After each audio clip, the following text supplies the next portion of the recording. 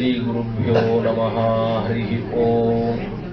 अस्पृष्टदोषगन्धाय कल्याणगुणसिन्धवे नमो नमो भक्तमुक्तिदायिने शेषशायिने शमयन् भवसन्तापं रमयन् साधुचातकान् कृष्णमेघकृपादृष्टिवृष्ट्या पुष्णातु मामपि बुद्धिर्बलं यशोधैर्यं निर्भयत्वम् अरोगता अजाड्यं वाक्पटुत्वं च हनुमत्स्मरणात् भवेत् अभ्रमं भङ्गरहितम् अजडं विमलं सदा आनन्दतीर्थमतुलं भजे तापत्रयापहम् यस्य वाक्कामधेनुर्नः कामितार्थान् प्रयच्छति सेवेतं जययोगीन्द्रं कामबाणच्छिदं सदा प्रणमत्कामधेनुं च भजत्सुरतरूपमं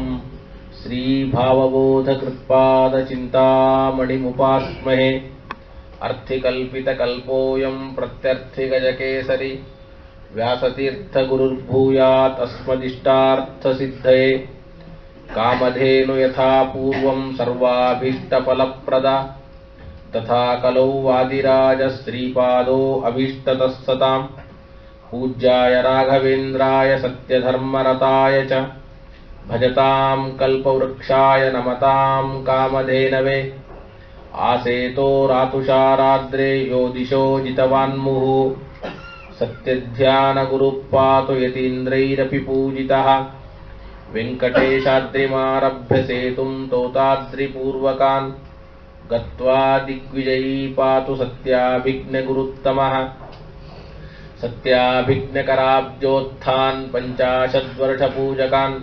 सत्यप्रमोदतीर्थार्यान् नौमिन्यायसुधारतान् आपादमौलिपर्यन्तं गुरूणाम् आकृतिं स्मरेत् तेन विघ्नाः प्रणश्यन्ति सिद्ध्यन्ति च मनोरथाः जन्माद्यस्य यतोऽन्वयादितरतश्चार्थेष्वभिघ्नस्वराट् तेने ब्रह्महृदाय आदिकवये मुह्यन्ति यं सूरयः तेजो वारिमृदां यथा विनिमयो यत्र त्रिसर्गो मृषा धाम्ना स्वेन सदा निरस्तकुहकं सत्यं परं धीमहि सृष्टिस्थित्यप्ययेया नियतिदृशितमो बन्धमोक्षाश्च यस्मात् अस्य श्रीब्रह्मरुद्रप्रभृतिसुरनरद्विषशत्रात्मकस्य विष्णोर्व्यस्ताः समस्ताः सकलगुणनिधिः सर्वदोषव्यपेतः पूर्णानन्दो व्ययो यो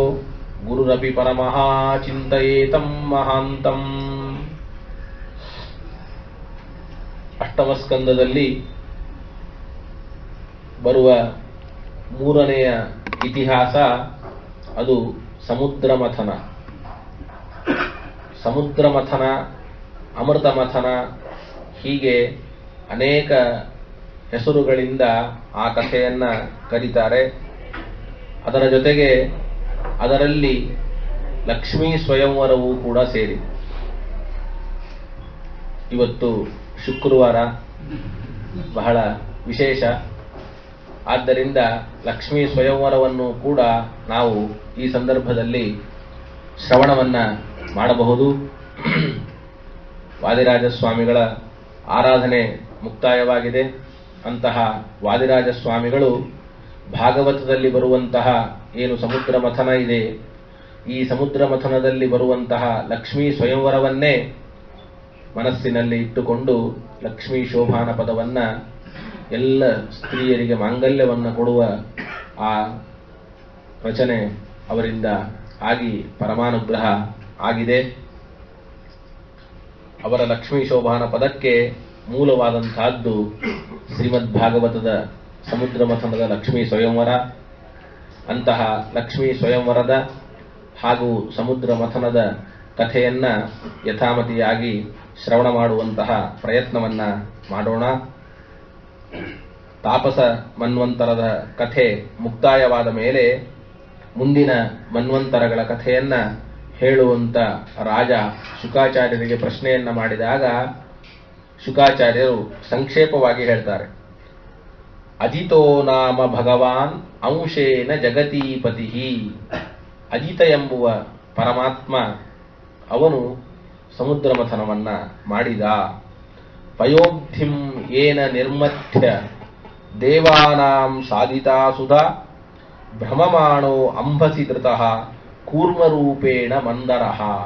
ಅಷ್ಟೇ ಅಲ್ಲದೆ ಕೂರ್ಮರೂಪದಿಂದ ಮಂದರ ಪರ್ವತವನ್ನ ಎತ್ತಿ ಹಿಡಿದಂತಹ ಪರಮಾತ್ಮ. ಈ ಎಲ್ಲ ಮಾತುಗಳನ್ನು ಕೇಳಿದ ಮೇಲೆ ಪರೀಕ್ಷಿತ್ ರಾಜನಿಗೆ ಕುತೂಹಲ ಆಗ್ತದೆ. ಇಷ್ಟು ಸಂಕ್ಷೇಪದಿಂದ ಹೇಳಿಬಿಟ್ರು. ಕೂರ್ಮರೂಪಿಯಾದ ಪರಮಾತ್ಮ, ಅಜಿತ ನಾಮಕ ಪರಮಾತ್ಮ ಸಮುದ್ರ ಮಥನವನ್ನ ಮಾಡಿ ದೇವತೆಗಳಿಗೆ ಅಮೃತವನ್ನ ಕೊಟ್ಟ. ಆದರೆ ಕುತೂಹಲ ಜಾಸ್ತಿ ಆದದ್ದರಿಂದ ಅನೇಕ ಪ್ರಶ್ನೆಗಳನ್ನ ಶುಕಾಚಾರ್ಯರಿಗೆ ಪರೀಕ್ಷಿತ್ರ ಮಾಡಲಿಕ್ಕೆ ಪ್ರಾರಂಭವನ್ನು ಮಾಡ್ತಾನೆ. ಯಥಾ ಭಗವತಾ ಬ್ರಹ್ಮ ಮಥಿತಃ ಕ್ಷೀರಸಾಗರಃ ಯದರ್ಥಂ ವಾ ಯತಶ್ಚಾದ್ರಿಂ ದದಾರ ಅಂಬುಚರಾತ್ಮನ ಯಥಾಮೃತಂ ಸುರೈ ಪ್ರಾಪ್ತಂ ಕಿಮನ್ಯದಭವತ್ತತಃ ಏತದ್ಭಗವತಃ ಕರ್ಮ ವದಸ್ವ ಪರಮಾದ್ಭುತಂ. ಒಂದೇ ಶ್ಲೋಕದಲ್ಲಿ ಅನೇಕ ಪ್ರಶ್ನೆಗಳನ್ನು ಪರೀಕ್ಷಿತ ರಾಜ ಮಾಡ್ತಾನೆ. ಹೇಗೆ ಭಗವಂತ ಸಮುದ್ರ ಮಥನವನ್ನ ಮಾಡಿದ, ಯಾಕೆ ಮಾಡಿದ, ಆ ಮಂದರ ಪರ್ವತವನ್ನ ತಂದದ್ದು ಯಾರು, ಮುಳುಗುವ ಸಂದರ್ಭದಲ್ಲಿ ಎತ್ತಿದ್ದು ಯಾರು, ದೇವತೆಗಳು ದೈತ್ಯರು ಇಬ್ಬರೂ ಸೇರಿದ್ದರೂ ಕೂಡ ದೇವತೆಗಳಿಗೆ ಮಾತ್ರ ಅಮೃತ ಪ್ರಾಪ್ತಿ ಯಾಕೆ ಆಯಿತು, ಇನ್ನೆಲ್ಲ ಏನೇನಾಯಿತು ಆ ಸಂದರ್ಭದಲ್ಲಿ ನಡೆದದ್ದನ್ನ ಹೇಳು ಅಂತ ಕೇಳಿದಾಗ ಶುಕಾಚಾರ್ಯರು ಆ ಕಥೆಯನ್ನ ವಿಸ್ತಾರವಾಗಿ ಹೇಳಲಿಕ್ಕೆ ಪ್ರಾರಂಭ ಮಾಡ್ತಾರೆ. ಯಥಾ ಯುದ್ಧೇ ಅಸುರೈರ್ದೇವಾಃ ಬಾಧ್ಯಮಾನ ಸಿತಾಯುಧೈಃ ಗತಾಸವೋ ನಿಪತಿತ ನೋಚ್ಚಿಷ್ಟೇರನ್ ಸ್ಮ ಭೂರಿಶಃ. ಯುದ್ಧದಲ್ಲಿ ಎಲ್ಲ ದೇವತೆಗಳು ದೈತ್ಯರಿಂದ ಪರಾಜಿತರಾಗ್ತಾರೆ. ದೈತ್ಯರಿಂದ ಪರಾಜಿತರಾಗಲಿಕ್ಕೆ ಕಾರಣವನ್ನು ಕೂಡ ಕೊಡ್ತಾರೆ. ಆ ದೇವತೆಗಳಿಗೆ ದುರ್ವಾಸರ ಶಾಪ. ದೇವೇಂದ್ರ ಮನೆಯಲ್ಲಿದ್ದಂತಹ ಒಬ್ಬ ದೊಡ್ಡ ವ್ಯಕ್ತಿಗೆ ಏನಾದರೂ ಒಂದು ಕರ್ಮ ಇತ್ತು ಅಂತಂದ್ರೆ ಆ ಪ್ರಾರಬ್ಧ ಕರ್ಮದಿಂದ ಮನೆಯಲ್ಲಿದ್ದವರಿಗೂ ದುಃಖ. ರಾಜನಿಗೆ ಪ್ರಾರಬ್ಧ ಕರ್ಮ ಇತ್ತು ಅಂತಂದ್ರೆ ರಾಜ್ಯದಲ್ಲಿರತಕ್ಕಂತಹ ಜನರಿಗೆಲ್ಲ ದುಃಖ. ಹಾಗೆ ಯಾವ ಉಳಿದ ದೇವತೆಗಳು ತಪ್ಪನ್ನ ಮಾಡದೇ ಇದ್ದರೂ ಕೂಡ ದೇವೇಂದ್ರ ಇಂದ್ರ ಅವನು ಬರ್ತಾ ಇದ್ದಾನೆ ಆನೆಯ ಮೇಲೆ ಕುಳಿತುಕೊಂಡು ಐರಾವತದ ಮೇಲೆ. ಆ ಸಂದರ್ಭದಲ್ಲಿ ಅಲ್ಲಿ ದುರ್ವಾಸರು ಒಂದು ತಪಸ್ಸನ್ನ ಮುಗಿಸಿಕೊಂಡು ಬರ್ತಾ ಇರುವ ಸಂದರ್ಭದಲ್ಲಿ ಒಬ್ಬ ಸ್ತ್ರೀ ಸುಂದರವಾದ ಮಾಲೆಯನ್ನು ಕೊಡ್ತಾಳೆ ಅವರ ಕೈಗೆ. ಆ ಮಾಲೆಯನ್ನು ಹಿಡಿದುಕೊಂಡು ಬರ್ತಾ ಇರ್ತಾರೆ. ಆಗ ಎದುರಿಗೆ ಇಂದ್ರ ಬಂದ. ಇವನು ದೇವತೆಗಳಿಗೆ ರಾಜ, ಅದಕ್ಕೆ ಇವನಿಗೆ ಈ ಮಾಲೆಯನ್ನು ಸಮರ್ಪಣೆ ಮಾಡೋಣ ಅಂತ ಮಾಲೆಯನ್ನ ಇಂದ್ರನಿಗೆ ಕೊಟ್ಟರೆ ಇಂದ್ರ ಅದನ್ನ ಇದು ಗುರುಗಳು ಕೊಟ್ಟದ್ದು, ಋಷಿಗಳು ಕೊಟ್ಟದ್ದು, ಇದು ದೊಡ್ಡ ಭಗವಂತನ ನಿರ್ಮಾಲ್ಯ ಎನ್ನುವ ಚಿಂತನೆ ಇಲ್ಲದೇನೆ ಅದನ್ನ ಆನೆಯ ಕೈಯಲ್ಲಿ ಕೊಡ್ತಾನೆ. ಅದು ಕೆಳಗೆ ಹಾಕಿ ಕಾಲಿಂದ ವಸದು ಬಿಡುತ್ತದೆ. ಇದನ್ನ ನೋಡಿ ದುರ್ವಾಸರಿಗೆ ಸ್ವಲ್ಪ ಅವಮಾನವಾದಂತೆ ಆಗ್ತದೆ. ಅದಕ್ಕೆ ದುರ್ವಾಸರು ಶಾಪವನ್ನು ಕೊಡ್ತಾರೆ. ನಾವು ದೇವರ ಪ್ರಸಾದವನ್ನ, ಗುರುಗಳ ಪ್ರಸಾದವನ್ನ ತಿರಸ್ಕಾರ ಮಾಡಬಾರದು. ಇದರಿಂದ ನಮಗೆ ಗೊತ್ತಾಗ್ತದೆ. ಗುರುಗಳು ಮಂತ್ರಾಕ್ಷತೆಯನ್ನು ಕೊಡ್ತಾರೆ, ಪ್ರಸಾದವನ್ನ ಕೊಡ್ತಾರೆ, ಅಥವಾ ಇನ್ನೇನೇನೋ ನಮಗೆ ಗುರುಗಳಿಂದ ದೇವತೆಗಳಿಂದ ಏನೇನು ಸಿಗ್ತದೆ ಅದನ್ನು ಯಾವುದನ್ನೂ ಕೂಡ ನಾವು ತಿರಸ್ಕಾರ ಭಾವನೆಯಿಂದ ನೋಡಬಾರದು ಅಂತನ್ನುವುದು ನಮಗೆ ಈ ಕಥೆಯಿಂದ ಗೊತ್ತಾಗ್ತಾ ಇದೆ. ಶಾಪವನ್ನು ಕೊಟ್ಬಿಟ್ಟಿದ್ದಾರೆ. ಶಾಪವನ್ನು ಕೊಟ್ಟಾಕ್ಷಣಕ್ಕೆ ಎಲ್ಲ ದೇವತೆಗಳಲ್ಲಿ ಬಲ ಕಡಿಮೆ ಆಗ್ತಾ ಬರ್ತಾ ಇದೆ. ಯಾವ ದೈತ್ಯರ ಜೊತೆಗೆ ನಿಂತು ಯುದ್ಧವನ್ನ ಮಾಡುವಂತಹ ಸಾಮರ್ಥ್ಯವನ್ನ ಪಡೆದಿಲ್ಲ. ದೈತ್ಯರು ಕೂಡ ಬಹಳ ಬುದ್ಧಿವಂತರು. ಅವರು ವಿಚಾರ ಮಾಡ್ತಾರೆ, ಯಾವ ಯಾವ ಸಂದರ್ಭದಲ್ಲಿ ಹೋಗಿ ದೇವತೆಗಳನ್ನ ಆಕ್ರಮಣ ಮಾಡೋದಿಲ್ಲ. ಯಾಕೆಂದ್ರೆ ದೇವತೆಗಳ ಕಡೆ ಭಗವಂತ ಇದ್ದಾನೆ, ದೇವತೆಗಳ ಕಡೆ ಪುಣ್ಯ ಇದೆ, ದೇವತೆಗಳ ಕಡೆ ಧರ್ಮ ಇದೆ, ಅವರಿಗೇ ಜಯ ಅನ್ನೋದು ದೈತ್ಯರಿಗೆ ಗೊತ್ತು. ನೋಡಿ ಸ್ವಾರಸ್ಯ, ದೈತ್ಯರು ಸೋಲ್ತೀವಿ ಅಂತೆ, ಹೇಗೆ ಟಿಕೆಟ್ ಅನ್ನು ತೆಗೆದುಕೊಂಡು ಸೋಲ್ತೀವಿ ಅಂತ ಎಲೆಕ್ಷನ್ ನಿಂತ್ಕೋತಾರೆ ಕೆಲವರು. ಹಾಗಿದ್ದಾಗೆ ಇವರು ಸೋಲ್ತೀವಿ ಅಂತಲೇ ಅವ್ರ ಜೊತೆಗೆ ಯುದ್ಧ ಮಾಡ್ತಾರೆ. ಆದರೆ ಕೆಲವು ಸಂದರ್ಭದಲ್ಲಿ ಅವರು ಬುದ್ಧಿವಂತಿಕೆಯನ್ನ ಏನು ಉಪಯೋಗಿಸ್ತಾರೆ ಅಂತಂದ್ರೆ, ದೇವತೆಗಳನ್ನ ನೋಡ್ತಾರೆ. ಓಹೋ, ಈಗ ದುರ್ವಾಸರ ಶಾಪ ಆಗಿದೆ, ಈಗ ಬೃಹಸ್ಪತ್ಯಾಚಾರ್ಯರ ಶಾಪ ಆಗಿದೆ ಅಂತ ದೊಡ್ಡ ದೊಡ್ಡ ಮುನಿಗಳ ಋಷಿಗಳ ಶಾಪ ಆದಾಗ ಇವರಲ್ಲಿ ಬಲ ಅಡಗಿ ಹೋಗಿರ್ತದೆ. ಏನು ಮಾಡಲಿಕ್ಕೆ ಸಾಧ್ಯ ಇಲ್ಲ, ಭಗವಂತನೂ ಏನು ಮಾಡೋದಿಲ್ಲ. ಆ ಗುರುಗಳ ಮುನಿಗಳ ಶಾಪ ಇದ್ದಂತಹ ಸಂದರ್ಭದಲ್ಲಿ ಭಗವಂತನೂ ಕೂಡ ಸಹಾಯಕ್ಕೆ ಬರೋದಿಲ್ಲ. ಅದನ್ನು ನೋಡಿಕೊಂಡು ಆಕ್ರಮಣ ಮಾಡಿಬಿಟ್ರೆ ನಮಗೆ ಸುಲಭವಾಗಿ ಜಯ ಸಿಗ್ತದೆ ಅಂತ ಎಲ್ಲ ದೈತ್ಯರು ಕೂಡ ದೇವತೆಗಳ ಮೇಲೆ ಆಕ್ರಮಣ ಮಾಡಿ ಅವರನ್ನ ಶಸ್ತ್ರಹೀನರನ್ನಾಗಿ, ಅಸ್ತ್ರಹೀನರನ್ನಾಗಿ, ಬಲಹೀನರನ್ನಾಗಿ ಮಾಡಿಬಿಟ್ಟಿದ್ದಾರೆ. ಆಗ ಎಲ್ಲ ದೇವತೆಗಳಿಗೆ ದುಃಖ ಆವರಿಸಿದೆ. ಏನು ಮಾಡುವುದು ನಾವು ಅಂತ ಎಲ್ಲ ದೇವತೆಗಳು ತಮ್ಮ ಸ್ಥಾನವನ್ನ ಬಿಟ್ಟು ಬಂದ್ಬಿಟ್ಟಿದ್ದಾರೆ. ತಮ್ಮ ಸ್ಥಾನವನ್ನ ಬಿಟ್ಟು ಬಂದಿರತಕ್ಕಂತಹ ಸಂದರ್ಭದಲ್ಲಿ ಮುಂದೆ ಇದಕ್ಕೆ ಏನು ಉಪಾಯ ಎನ್ನುವುದನ್ನು ವಿಚಾರ ಮಾಡಿ ಎಲ್ಲರೂ ಕೂಡ ಚತುರ್ಮುಖ ಬ್ರಹ್ಮದೇವರ ಬಳಿಗೆ ಬಂದಿದ್ದಾರೆ. ಅದು ಕ್ರಮ.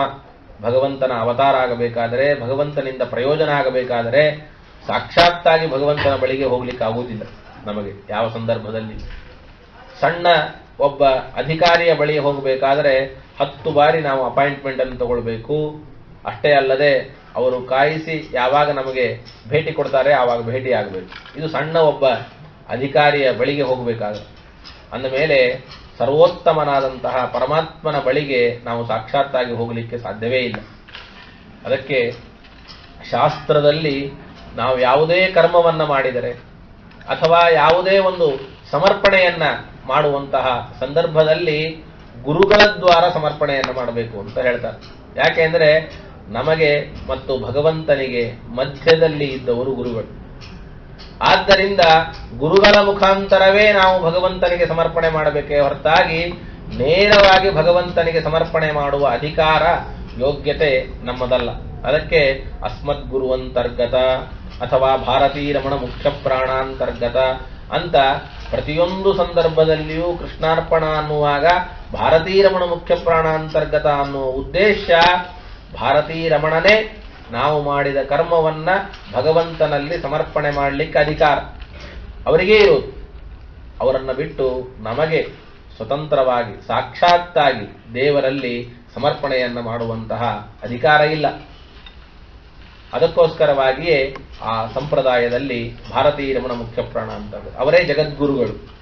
ನಮ್ಮ ಗುರುಗಳು, ಸಾಕ್ಷಾತ್ ಗುರುಗಳು, ನಮಗೆ ಈಗ ಉಪದೇಶ ಮಾಡಿದ ಗುರುಗಳಲ್ಲದೇನೆ ಸಾಕ್ಷಾತ್ ಎಲ್ಲರಿಗೂ ಜಗದ್ಗುರುಗಳಾದಂಥವರು ಮಧ್ವಾಚಾರ್ಯರು. ಅವರ ದ್ವಾರ ನಾವು ಸಮರ್ಪಣೆಯನ್ನ ಮಾಡಿದರೆ ಏನಂ ದೀನಂ ದೂನಂ ಅನಾಥಂ ಶರಣಾಗತಂ ಉದ್ಧರ ಇತಿ ವಿಜ್ಞಾಪನ ಕರ್ತೃಣ. ನೋಡಿ, ವಾಯುದೇವರಿಗೆ ಬ್ರಹ್ಮದೇವರಿಗೆ ಬೇರೆ ಏನು ಕೆಲಸ ಇಲ್ಲ. ಅವರಿಗೆ ಕೆಲಸ ಇಲ್ಲ ಅಂದ್ರೆ ಖಾಲಿ ಕೂತಿರ್ತಾರೆ ಅಂತ ಅರ್ಥ ಅಲ್ಲ.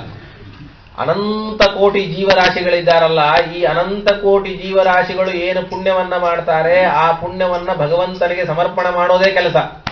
ಅದಕ್ಕೆ ಯಾವಾಗಲೂ ಕೂಡ ಈ ಜೀವನನ್ನ ಉದ್ಧಾರ ಮಾಡು, ಈ ಜೀವನನ್ನ ಉದ್ಧಾರ ಮಾಡು ಅಂತ ಹನುಮಂತ ದೇವರು ಕೈ ಮುಗಿದೇ ಇರ್ತಾರಂತೆ, ಕೈ ತೆಗೆಯೋದೇ ಇಲ್ಲಂತೆ. 2 ತರಹದ ಹನುಮಂತ ದೇವರ ಪ್ರತಿಮೆಯನ್ನ ನೋಡ್ತೇವೆ. ಒಂದು ಕೈ ಎತ್ತಿದ್ದು, ಇನ್ನೊಂದು ಕೈ ಮುಗಿದದ್ದು. ಅದು ಭಕ್ತರ ಪರವಾಗಿ ಕೈ ಮುಗಿದ ಪ್ರಾಣದೇವರು. ಇವನನ್ನ ಉದ್ಧಾರ ಮಾಡು, ಏನಂ ದೂನಂ. ಆಚಾರ್ಯರು, ಹನುಮಂತ ದೇವರು, ವಾಯುದೇವರು ನಮ್ಮ ಪರವಾಗಿ ಭಗವಂತನಲ್ಲಿ ಪ್ರಾರ್ಥನೆ ಮಾಡಿದಾಗ ಮಾತ್ರ ಆ ಭಗವಂತ ನಮ್ಮನ್ನ ಸಂರಕ್ಷಣೆ ಮಾಡ್ತಾನೆ. ಅದಕ್ಕಾಗಿಯೇ ಮುಗಿಯೋದೇ ಇಲ್ಲಲ್ಲ. ಯಾಕೆಂದ್ರೆ ಜೀವರಾಶಿಗಳು ಅನಂತ, ಅವರ ಪ್ರಾರ್ಥನೆಗಳು ಅನಂತ. ಆ ಪ್ರಾರ್ಥನೆಗಳನ್ನು ಸಲ್ಲಿಸಬೇಕಾದ್ರೆ ದೇವರ ಮುಂದೆ ಕೈ ಮುಕ್ಕೊಂಡು ನಿಂತರೆ ಕೈ ತೆಗೆಯುವ ಪ್ರಸಂಗನೇ ಇಲ್ಲ. ಯಾಕೆಂದ್ರೆ ಜೀವರಾಶಿಗಳ ಪ್ರಾರ್ಥನೆ ಮುಗಿಯೋದಿಲ್ಲ, ಮತ್ತೆ ಅದು ಅನಂತ ಅಂದಮೇಲೆ ಯಾವಾಗಲೂ ಕೈ ಮುಕ್ಕೊಂಡೇ ಇದ್ಬಿಟ್ಟಿದ್ದಾರೆ ಪ್ರಾಣದೇವರು. ಇನ್ನು ಹೀಗೆ ಯಾಕೆ ಕೈ ಮಾಡಿದ್ದಾರೆ ಅಂತ ನಾವು ಕೇಳಬಹುದು. ಯಾರು ಕೆಟ್ಟ ಕರ್ಮಗಳನ್ನ ಮಾಡ್ತಾರೆಯೋ, ಅಸುರರಿದ್ದಾರೆಯೋ, ಅಂತಹ ಅಸುರರನ್ನ ಅಥವಾ ಕೆಟ್ಟ ಕರ್ಮಗಳ ಮಾಡುವ ತಾಮಸ ಜೀವರಾಶಿಯನ್ನ ಈ ತರಹದ ಕರ್ಮಗಳನ್ನ ಮಾಡಬಾರದು ಅಂತ ಅವರಿಗೆ ಶಿಕ್ಷಣೆಯನ್ನ ಕೊಡುವುದಕ್ಕೋಸ್ಕರವಾಗಿ ಆ ತರಹ ಕೈಯನ್ನು ಮಾಡಿದ ರೂಪವನ್ನು, ಪ್ರಾಣದೇವರ ರೂಪವನ್ನು ಮಾಡ್ತೇವೆ. ಇದರ ಅಭಿಪ್ರಾಯ, ನಾವು ಭಗವಂತನಿಗೆ ಸಮರ್ಪಣೆ ಮಾಡಬೇಕಾದರೆ ಅಪ್ಯಚ್ಯುತೋ ಗುರುದ್ವಾರ ಪ್ರಸಾದ ಕೃತ ಹಂತ್ವಿತಿ. ದೇವರನ್ನ ಬಿಟ್ಟು ನೀವು ಬಂದರೂ ನನಗೆ ಸಂರಕ್ಷಣೆ ಮಾಡುವ ಯೋಗ್ಯತೆ ಇದೆ. ಆದರೆ ನೀವು ಗುರುಗಳನ್ನ ಬಿಟ್ಟು ನೀವು ನನ್ನ ಬಳಿಗೆ ಬಂದರೂ ಕೂಡ ನಿಮ್ಮನ್ನು ಉದ್ಧಾರ ಮಾಡುವ ಶಕ್ತಿ ಇದೆ, ಇಲ್ಲ ಅಂತಲ್ಲ. ಆದರೆ ಇದು ಮಾರ್ಗ. ಆ ಮಾರ್ಗದಲ್ಲಿ ಬಂದರೆ ಮಾತ್ರ ನಿಮಗೆ ಉದ್ಧಾರವೇ, ಇಲ್ಲದಿದ್ರೆ ಇಲ್ಲ ಅಂತ ಶಾಸ್ತ್ರದ ಒಂದು ಅಪ್ಪಣೆ ಇದ್ದದ್ದರಿಂದ ಆ ಮೂಲಕವಾಗಿ ಎಲ್ಲ ದೇವತೆಗಳು ಬ್ರಹ್ಮಾದಿಗಳ ಬಳಿಗೆ ಬಂದಿದ್ದಾರೆ. ಬ್ರಹ್ಮದೇವರು ಕೂಡ ಹೇಳಿದ್ದಾರೆ, ನಿಮ್ಮ ಒಂದು ದುಃಖಕ್ಕೆ ಪರಿಹಾರವನ್ನ ನಾನು ಸೂಚನೆ ಮಾಡಲಿಕ್ಕೆ ಸಾಧ್ಯ ಇಲ್ಲ. ಅದಕ್ಕೆ ಎಲ್ಲರೂ ಭಗವಂತನ ಬಳಿಗೆ ಹೋಗೋಣ, ಸ್ತೋತ್ರವನ್ನ ಮಾಡೋಣ ಅಂತ ಸ್ತೋತ್ರವನ್ನ ಮಾಡಲಿಕ್ಕೆ ಪ್ರಾರಂಭ ಮಾಡ್ತಾರೆ. ಶ್ರೀ ಶುಕ ಉವಾಚ ಇತ್ಯಾಭಾಷ್ಯ ಸುರಾನ್ ವೇದಾಃ ಸಹ ದೇವೈರ್ ಅರಿಂದಮ ಅಜಿತಸ್ಯ ಪದಂ ಸಾಕ್ಷಾತ್ ಜಗಾಮ ತಮಸಃ ಪರಂ. ಬ್ರಹ್ಮದೇವರ ಸ್ತೋತ್ರ ಪ್ರಾರಂಭ ಆಗ್ತದೆ. ಸುಮಾರು 1 ಅಧ್ಯಾಯ ಸ್ತೋತ್ರಗಳೇ ಇದೆ. ಸಾಮಾನ್ಯವಾಗಿ ನಾವು ಭಾಗವತ ಪ್ರವಚನವನ್ನ ಹೆಚ್ಚು ಕೇಳುವುದು ಸ್ತೋತ್ರದಲ್ಲಿಯೇ ಕೇಳಬೇಕು. ನಮಗೆ ಯಾಕೆಂದ್ರೆ ಪ್ರಮೇಯಗಳು ತತ್ವಗಳು ಸಿಗತಕ್ಕಂತಹದ್ದು ಸ್ತೋತ್ರಗಳಲ್ಲಿ. ಅನೇಕ ಸ್ತೋತ್ರಗಳಿದೆ. ಪ್ರಥಮ ಸ್ಕಂದದಿಂದ ಪ್ರಾರಂಭ ಮಾಡಿಕೊಂಡು 12 ಸ್ಕಂದದವರೆಗೂ ಕೂಡ ಸ್ತೋತ್ರಗಳ ರಾಶಿ. ಎಷ್ಟು ಸ್ತೋತ್ರಗಳಿವೆ ಅಂತ ಹೇಳಲಿಕ್ಕೆ ಸಾಧ್ಯ ಇಲ್ಲ. ಕಥೆಯ ಭಾಗದಕ್ಕಿಂತ ಸ್ತೋತ್ರ ಭಾಗವನ್ನೇ ನಾವು ಹೆಚ್ಚಾಗಿ ಇಲ್ಲಿ ನೋಡ್ತೇವೆ. ಇದೇ ಅಷ್ಟಮ ಸ್ಕಂದದಲ್ಲಿ ನೀವು ನೋಡಿದ್ರಿ ಗಜೇಂದ್ರನ ಸ್ತೋತ್ರ, ಅದರಂತೆ ಅದರ ಹಿಂದೆ ಯಜ್ಞನಾಮಕ ಪರಮಾತ್ಮನನ್ನ ಕುರಿತು ಸ್ವಯಂಭುವ ಮನು ಮಾಡಿದಂತಹ ಸ್ತೋತ್ರ. ನಾವು ಯಾವುದನ್ನೂ ಪೂರ್ಣವಾಗಿ ಕೇಳಿಲ್ಲ, ಎಲ್ಲವನ್ನೂ ಅರ್ಧರ್ಧ, ಆ ಒಂದು ಶ್ಲೋಕದಲ್ಲಿಯೂ ಅರ್ಧರ್ಧವನ್ನ ಕೇಳಿದ್ದೇವೆ. ಈಗ ಬ್ರಹ್ಮದೇವರು ಸ್ತೋತ್ರ ಮಾಡ್ತಾರೆ. ಎಷ್ಟು ಸ್ವಾರಸ್ಯ ಅಂದ್ರೆ, ಪ್ರತ್ಯಕ್ಷ ಆಗುವಕ್ಕಿಂತ ಮೊದಲು ಸ್ತೋತ್ರ, ಪ್ರತ್ಯಕ್ಷ ಆದ ಮೇಲೆ ಸ್ತೋತ್ರ. ದೇವರಿದ್ದಾನೆ, ಎಲ್ಲ ದೇವತೆಗಳು ಹೋಗಿ ಸೇರಿದ್ದಾರೆ. ಆಗ ಬ್ರಹ್ಮದೇವರು ಸ್ತೋತ್ರವನ್ನ ಮಾಡಲಿಕ್ಕೆ ಪ್ರಾರಂಭವನ್ನ ಮಾಡ್ತಾರೆ. ಅವಿಕ್ರಿಯಂ ಸತ್ಯಮನಂತಮಾದ್ಯಂ ಗುಹಾಶಯಂ ನಿಷ್ಕಲಮಪ್ರತರ್ಕ್ಯಂ ಮನೋಗ್ರಯಾಣಂ ವಚಸಾ ನಿರುಕ್ತಂ ನಮಾಮಹೇ ದೇವವರಂ ವರೇಣ್ಯಂ. ಅವಿಕ್ರಿಯಂ, ಅಷ್ಟು ಸ್ತೋತ್ರವನ್ನ ಮಾಡಿದರೆ ಮಾತ್ರ ದೇವರು ಪ್ರತ್ಯಕ್ಷವನ್ನ, ತನ್ನ ದರ್ಶನವನ್ನ ಕೊಡ್ತಾನೆ. ಅದು ಬ್ರಹ್ಮದೇವರಿರಬಹುದು, ಲಕ್ಷ್ಮೀದೇವಿ ಇರಬಹುದು. ಯಾರಿದ್ದರೂ ಕೂಡ ಭಗವಂತನಿಗೆ ಕೆಲವು ಗುಣಗಳನ್ನ ಅನುಸಂಧಾನ ಮಾಡಿದಾಗ ಮಾತ್ರ ದೇವರ ದರ್ಶನ ಆಗ್ಲಿಕ್ಕೆ ಸಾಧ್ಯ, ಇಲ್ಲದೇ ಇದ್ರೆ ಆಗುವುದಿಲ್ಲ. ಅವಿಕ್ರಿಯಂ, ವಿಕಾರ ಇಲ್ಲದೇ ಇರುವ, ಸತ್ಯನಾದ, ಅನಂತ, ದೇಶತಃ ಕಾಲತಃ ಗುಣತಃ ಅನಂತನಾದ, ಎಲ್ಲರಿಗೂ ಮೊದಲಿಗನಾದ, ಆದ್ಯಂ ಅಂತ ಹೇಳ್ತಾರೆ, ಎಲ್ಲರಿಗೂ ಕೂಡ ಮೊದಲಿಗನಾದ, ಗುಹಾಶಯಂ. ಗುಹ ಅಂದ್ರೆ ಈ ಪ್ರಸಿದ್ಧವಾದ ಗುಹೆಗಳು ಅಂತ ಅರ್ಥ ಅಲ್ಲ, ಎಲ್ಲರ ಹೃದಯ ಗುಹೆಯಲ್ಲಿ ವಾಸವನ್ನ ಮಾಡುವಂತಹ, ನಿಷ್ಕಲಂ, ದೋಷದ ಲವಲೇಶವೂ ಕೂಡ ಇಲ್ಲದೇ ಇರುವ, ಅಪ್ರತರ್ಕ್ಯಂ. ತರ್ಕ್ಯ ಅಂದ್ರೆ ನಾವು ಯುಕ್ತಿಯಿಂದ ವಿಚಾರ ಮಾಡುವುದು ಅಂತ ಅರ್ಥ. ಆದರೆ ಭಗವಂತನನ್ನ ಯುಕ್ತಿಯಿಂದ ವಿಚಾರ ಮಾಡಲಿಕ್ಕೆ ಸಾಧ್ಯ ಇಲ್ಲ. ಯುಕ್ತಿ ಅಂತನ್ನೋದು ಪೂರ್ಣವಾಗಿ ನಿರ್ಣಯ ಮಾಡಲಿಕ್ಕೆ ಆಗುವುದಿಲ್ಲ. ಪ್ರತ್ಯಕ್ಷದಿಂದ ಅನುಗ್ರಹೀತವಾದ ಅಥವಾ ವೇದದಿಂದ ಅನುಗ್ರಹೀತವಾದ ಯುಕ್ತಿಗಳಿಂದ ಮಾತ್ರ ಭಗವಂತನನ್ನ ತಿಳಿಯಲಿಕ್ಕೆ ಸಾಧ್ಯವೇ ಹೊರತಾಗಿ ಇಲ್ಲದೇ ಇದ್ರೆ ಇಲ್ಲ. ನೈಷಾ ತರ್ಕೇಣ ಮತಿರಾಪನೇಯ ಪ್ರೋಕ್ತಾನನ್ನೇನೈವ ಸುಜ್ಞಾನಾಯ ಪ್ರೇಷ್ಟ. ನೋಡಪ್ಪ, ಅನುಮಾನ, ತರ್ಕ ಇವುಗಳಿಂದ ನೀನು ದೇವರನ್ನ ತಿಳಿಯಲಿಕ್ಕಾಗುವುದಿಲ್ಲ. ನೀನು ತಿಳಿಯಬೇಕು ಅಂತಂದ್ರೆ ವೇದದಿಂದ ಮಾತ್ರ, ಶಾಸ್ತ್ರದಿಂದ ಮಾತ್ರ ದೇವರನ್ನ ತಿಳಿಯಲಿಕ್ಕೆ ಸಾಧ್ಯ. ಮನಸೋಗ್ರಯಾಣಂ, ಮನಸ್ಸಿನಕ್ಕಿಂತ ವೇಗವುಳ್ಳ ಅಂತರ್ಥ. ಮನಸೋಗ್ರಯಾಣಂ ಅಂದ್ರೆ ನಾವು ಬಹಳ ವೇಗದ ವಸ್ತು ವಾಯು ಅಂತ ತಿಳ್ಕೊಳ್ತೇವೆ. ಆ ವಾಯುವಿನಕ್ಕಿಂತ ವೇಗವಾದದ್ದು ಮನಸ್ಸು. ಆ ಮನಸ್ಸಿನಕ್ಕಿಂತ ವೇಗ ಮನಸೋ ಜೈವೀಯಾನ್ ಅಂತ ಈಶಾವಾಸ್ಯ ಉಪನಿಷತ್ತಿನಲ್ಲಿ ಬರ್ತದೆ. ನೈನದ್ದೇವಾ ಆಪ್ನುವನ್ ಪೂರ್ವಮರ್ಷತ. ಮನಸ್ಸಿನಕ್ಕಿಂತ ವೇಗವುಳ್ಳಂತಹ ಪರಮಾತ್ಮನೇ. ವಚಸಾ ನಿರುಕ್ತಂ, ಮಾತುಗಳಿಂದ ಅವನನ್ನ ಹೇಳಿ ಮುಗಿಸ್ಲಿಕ್ಕೆ ಸಾಧ್ಯ ಇಲ್ಲ. ಎಷ್ಟು ಮಾತುಗಳನ್ನ ಭಗವಂತನ ಬಗ್ಗೆ ನಾವು ಆಡಿದರೂ ಕೂಡ ಆ ಮಾತುಗಳು ಕಡಿಮೆ ಆಗ್ತದೆ. ಅಂತಹ ಪರಮಾತ್ಮನನ್ನ ನಾನು ನಮಸ್ಕಾರ ಮಾಡ್ತೇನೆ ಅಂತ ಬ್ರಹ್ಮದೇವರು ನಮಸ್ಕಾರವನ್ನ ಮಾಡಲಿಕ್ಕೆ ಪ್ರಾರಂಭ ಮಾಡ್ತಾರೆ. ಅಗ್ನಿರ್ಮುಖಂ ಯಸ್ಯ ತು ಜಾತವೇದಾಃ ಜಾತಕ್ರಿಯಾಕಾಂಡ ನಿಮಿತ್ತ ಜನ್ಮ ಅಂತಃಸಮುದ್ರೇ ಪಚತ ಸ್ವಧಾತುಂ ಪ್ರಸೀದತಾಂ ನ ಸಮಹಾವಿಭೂತಿ. ಒಂದು ಸುಮಾರು 50 ಶ್ಲೋಕಗಳಿದೆ. 50 ಶ್ಲೋಕಗಳಲ್ಲಿ 2-3 ಶ್ಲೋಕಗಳನ್ನು ಮಾತ್ರ ನಾನು ಹೇಳಿ ಮುಂದೆ ಬರ್ತೇನೆ. ಅಗ್ನಿಹೋತ್ರ ನಿತ್ಯದಲ್ಲಿಯೂ ಕೂಡ ಗೃಹಸ್ಥರು ಮಾಡುವಂತಹ ಕರ್ಮ, ವೈಶ್ವದೇವ, ಬಲಿಹರಣ, ಈ ಎಲ್ಲ ಕರ್ಮಗಳನ್ನ ಮಾಡಬೇಕು. ಈ ಕರ್ಮಗಳನ್ನ ಮಾಡಲಿಕ್ಕೆ ನಾವು ಅಗ್ನಿಯನ್ನ ಉತ್ಪತ್ತಿಯನ್ನ ಮಾಡಬೇಕು. ಅಗ್ನಿಯನ್ನ ಉತ್ಪತ್ತಿ ಹಿಂದಿನ ಕಾಲದಲ್ಲಿ 2 ಕಟ್ಟಿಗೆಗಳಿಂದ ಮಥನ ಮಾಡಿ ಆ ಮಥನದಿಂದ ಬಂದಂತಹ ಅಗ್ನಿ ಅತಿ ಶ್ರೇಷ್ಠವಾದಂತಹ ಅಗ್ನಿ ಅಂತ. ಅಂತಹ ಹೇಗೆ ಮಥನದಿಂದ ಅಗ್ನಿ ವ್ಯಕ್ತವಾಗ್ತದೆಯೋ ಹಾಗೆ ನಮ್ಮ ಜಿಜ್ಞಾಸೆಯಿಂದ, ವಿಚಾರದಿಂದ, ಪೂರ್ವಪಕ್ಷ ಸಿದ್ಧಾಂತಗಳ ಮಥನದಿಂದ ನಮಗೆ ಭಗವಂತ ವ್ಯಕ್ತನಾಗ್ತಾನೆ.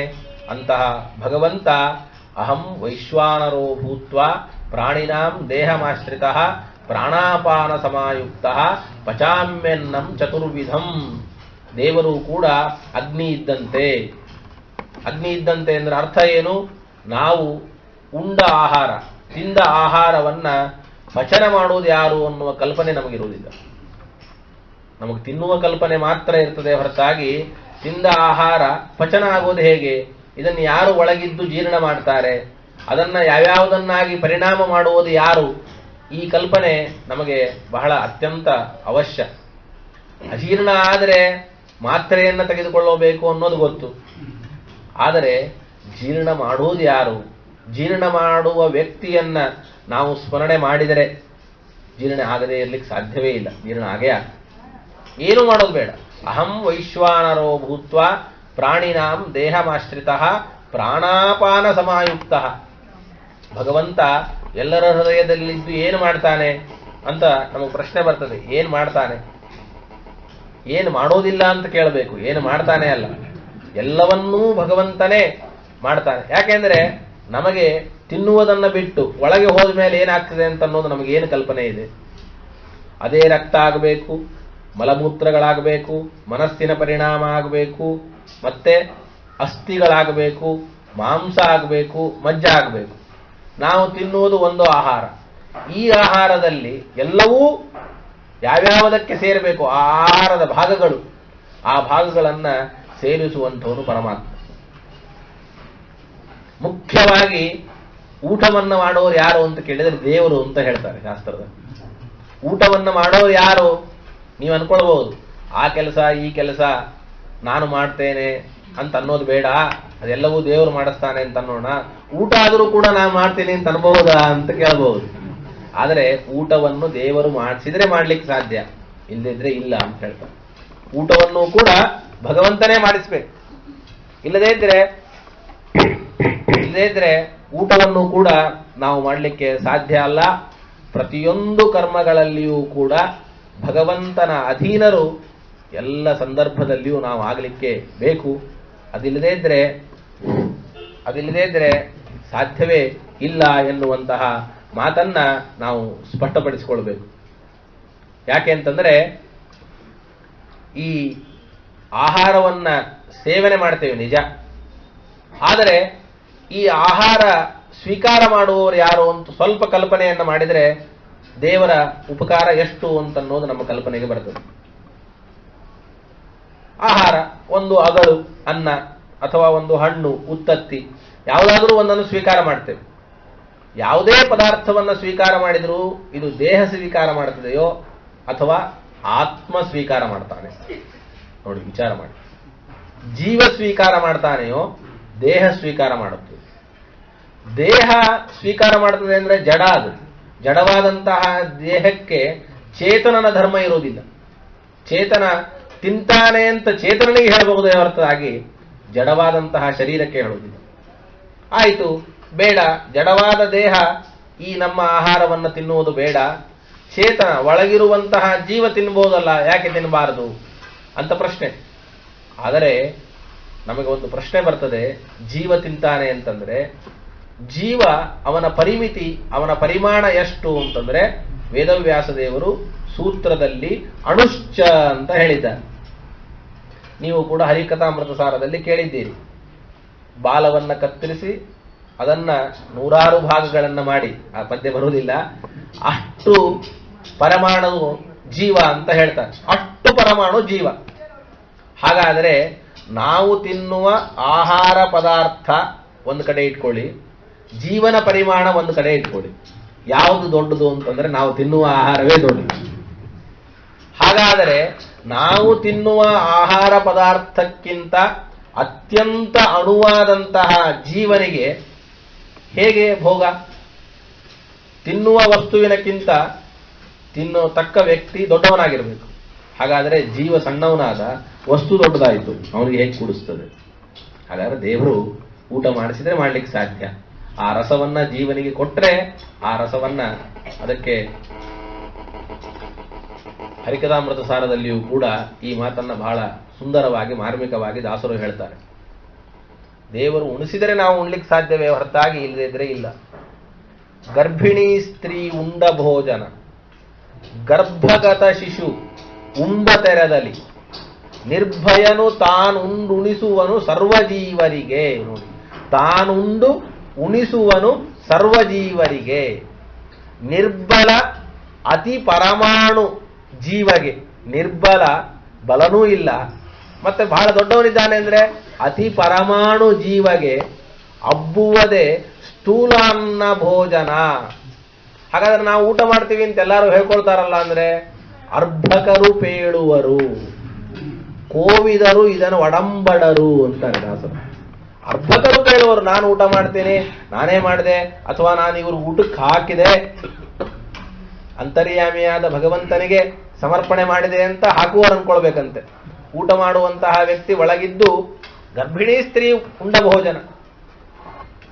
ತಾಯಿಯ ಗರ್ಭದಲ್ಲಿ ತಾಯಿಯ ಜೀವವೂ ಇರುತ್ತದೆ, ಮಗು ಜೀವನೂ ಇರ್ತದೆ, 2 ಜೀವಗಳಿರ್ತವೆ. ನೋಡಿ, ಆ 2 ಜೀವಗಳಿದ್ದಾಗ ಆ ಮಗುವಿನ ಜೀವಕ್ಕಾಗಿ ಪ್ರತ್ಯೇಕವಾದ ಆಹಾರವನ್ನ ತಾಯಿ ಸ್ವೀಕಾರ ಮಾಡೋದಿಲ್ಲ. ಮಾಡ್ತಾಳ? ಮಾಡೋದಿಲ್ಲ. ಇವಳು ಊಟ ಮಾಡೋದು ಒಂದೇ, ಸ್ವಲ್ಪ ಹೊತ್ತು ಊಟ ಮಾಡಿಬಿಡೋದು, ಇದು ನನ್ನ ಊಟ ಅಂತ. ಇನ್ನೊಂದು ಸ್ವಲ್ಪ ಹೊತ್ತು ಬಿಟ್ಟು ಇದು ನನ್ನ ಒಳಗಿದ್ದ ಮಗುವಿಗೆ ಊಟ ಅಂತ ಯಾವ ಗರ್ಭಿಣಿ ಸ್ತ್ರೀನೂ ಮಾಡೋದಿಲ್ಲ. ಮಾಡೋದು ಒಂದು ಊಟ, ಅದನ್ನೇ 10 ಸಲ ಮಾಡಲಿ, ಆದ್ರೆ ತನಗೆ ಅಂತ ಮಾಡ್ತಾಳೆ, ಹೊತ್ತಾಗಿ ಮಗುವಿಗೂ ಹೋಗಲಿ ಅಂತ. ಇದೊಂದು ಮಗುವಿಗೆ, ಇದೊಂದು ತಾಯಿ ಜೀವಕ್ಕೆ ಅಂತ 2 ಬೇರ್ಪಡಿಸಿ ನಾವು ಮಾಡ್ಲಿಕ್ಕೆ ಸಾಧ್ಯ ಇಲ್ಲ. ಆದರೆ ಅದು ಹೋದ ಮೇಲೆ ಒಳಗಿರುವ ಪರಮಾತ್ಮ ಅದನ್ನು ಭಾಗ ಮಾಡ್ತಾನೆ. ಆ ಮಗು ಜೀವ, ಅದರ ದೇಹದ ಬೆಳವಣಿಗೆಗೆ ಕಾರಣವಾದ ಆಹಾರವೇ ಬೇರೆ, ತಾಯಿ ಜೀವದ ಬೆಳವಣಿಗೆಗೆ ಕಾರಣವಾದ ಆಹಾರವೇ ಬೇರೆ. ನೋಡಿ, ಈ ವಿಭಾಗವನ್ನ ಮಾಡಿ ಆ ಮಗುವಿನ ದೇಹವನ್ನೂ ಬೆಳೆಸಬೇಕು, ತಾಯಿಯ ದೇಹಕ್ಕೂ ಪುಷ್ಟಿಯನ್ನು ಕೊಡಬೇಕು. ಇದನ್ನು ಯಾರು ಮಾಡ್ತಾರೆ? ನಾವು ಮಾಡಲಿಕ್ಕೆ ಸಾಧ್ಯವೇ? ಹಾಗೆ ಜೀವನಿಗೆ ಯಾವುದು ಹೊಂದುತ್ತದೆಯೋ ಅದನ್ನು ಜೀವನಿಗೆ ಆನಂದಕ್ಕಾಗಿ, ಮಾಂಸಗಳನ್ನು ಮಾಡಲಿಕ್ಕೆ, ರಕ್ತಗಳನ್ನು ಮಾಡಲಿಕ್ಕೆ, ಒಂದೇ ತಿನ್ನುವ ಆಹಾರದಿಂದ ಎಷ್ಟು ತರಹದ ವೈಚಿತ್ರ್ಯ ಸೃಷ್ಟಿಯನ್ನ ಮಾಡ್ತಾನೆ ದೇವರು ಅನ್ನುವ ಕಲ್ಪನೆ ಬೇಕು ನಮಗೆ. ಬಹಳ ಆಶ್ಚರ್ಯ ಆಗ್ತದೆ ಕೇಳಿದರೆ. ರಕ್ತವನ್ನು ಸೃಷ್ಟಿ ಮಾಡ್ತಾನೆ, ಅದೇ ಅಕ್ಕಿಯಿಂದಲೇ, ಅದೇ ಅನ್ನದಿಂದಲೇ ನಮ್ಮ ಅಸ್ಥಿಗಳ ಸೃಷ್ಟಿ ಆಗ್ತದೆ, ಅಸ್ಥಿಗಳು ಬೆಳೀತದೆ. ಈ ಅಸ್ಥಿಗಳು 1000 ವರ್ಷಗಳವರೆಗೂ ಕೂಡ ಇರ್ತದೆ. ನೋಡಿ, ಆ 1000 ವರ್ಷಗಳು ಇರಲಿಕ್ಕೆ ಕಾರಣವಾದದ್ದು ಅಸ್ಥಿ, ಇದೇ ಆಹಾರವೇ. ಒಂದೇ ನಿಮಿಷ ಇರತಕ್ಕಂತಹದ್ದಕ್ಕೆ ಕಾರಣವಾದದ್ದು ಇದೇ ಆಹಾರವೇ. ಹೀಗೆ ಭಗವಂತ ತನ್ನ ವಿಚಿತ್ರವಾದಂತಹ ಅಚಿಂತ್ಯದ್ಭುತ ಶಕ್ತಿಯಿಂದ ನಮ್ಮ ಒಳಗೆ ಇದ್ದು ಎಲ್ಲ ತರಹದ ಕ್ರಿಯೆಗಳನ್ನು ಮಾಡತಕ್ಕಂಥವನು. ಅದಕ್ಕೆ ಅಹಂ ವೈಶ್ವಾನರೋ ಭೂತ್ವ ಪ್ರಾಣಿನಾಂ ದೇಹಮಾಶ್ರಿತ ಪ್ರಾಣಾಪಾನ ಸಮಾಯುಕ್ತ ಪಚಾಮ್ಯನ್ನಂ ಚತುರ್ವಿಧಂ ಅಂತ ಹೇಳ್ತಾನೆ. ಇನ್ನೂ ಅನೇಕ ಪ್ರಮೇಯಗಳನ್ನು ಈ ಸಂದರ್ಭದಲ್ಲಿ ತಿಳಿದುಕೊಳ್ಳಬಹುದು. ಕೊನೆಗೆ ಕ್ಲೇಶಭೂಯಲ್ಪ ಸಾರಾಣಿ ಕರ್ಮಾಣಿ ವಿಫಲಾನಿ ಚ ದೇಹಿನಾಂ ವಿಷಯಾರ್ಥಾನಾಂ ನ ತಥೈವಾರ್ಪಿತಂ ತ್ವಯಿ. ನಮಗೆ ಯಾವಾಗಲೂ ಕೂಡ ಕರ್ಮಗಳನ್ನು ಮಾಡಬೇಕಾದ್ರೆ ಅದರಿಂದ ಆಗುವ ಫಲದ ಕಡೆಯೇ ಹೆಚ್ಚು ಲಕ್ಷ್ಯ, ವಿಷಯ ಅಭಿಲಾಷೆಯ ಕಡೆಗೆ ನಮಗೆ ಹೆಚ್ಚು ಲಕ್ಷ್ಯ. ಏಕಾದಶಿ ಉಪವಾಸವನ್ನ ಮಾಡೋಕ್ಕಿಂತ ದ್ವಾದಶಿಯ ಪಾಲನೆಯ ಲಕ್ಷ್ಯವೇ ನಮಗೆ ಜಾಸ್ತಿ ಇದ್ದ ಹಾಗೆ. ದ್ವಾದಶಿ ನಾವು ಏನು ಊಟ ಮಾಡಬೇಕು ಅಂತ ಅನ್ನೋದನ್ನೇ ಏಕಾದಶಿಯ ಉಪವಾಸದಲ್ಲಿ ಕಳೆದರೆ ಅದು ಏಕಾದಶಿ ಉಪವಾಸ ಇದೆ.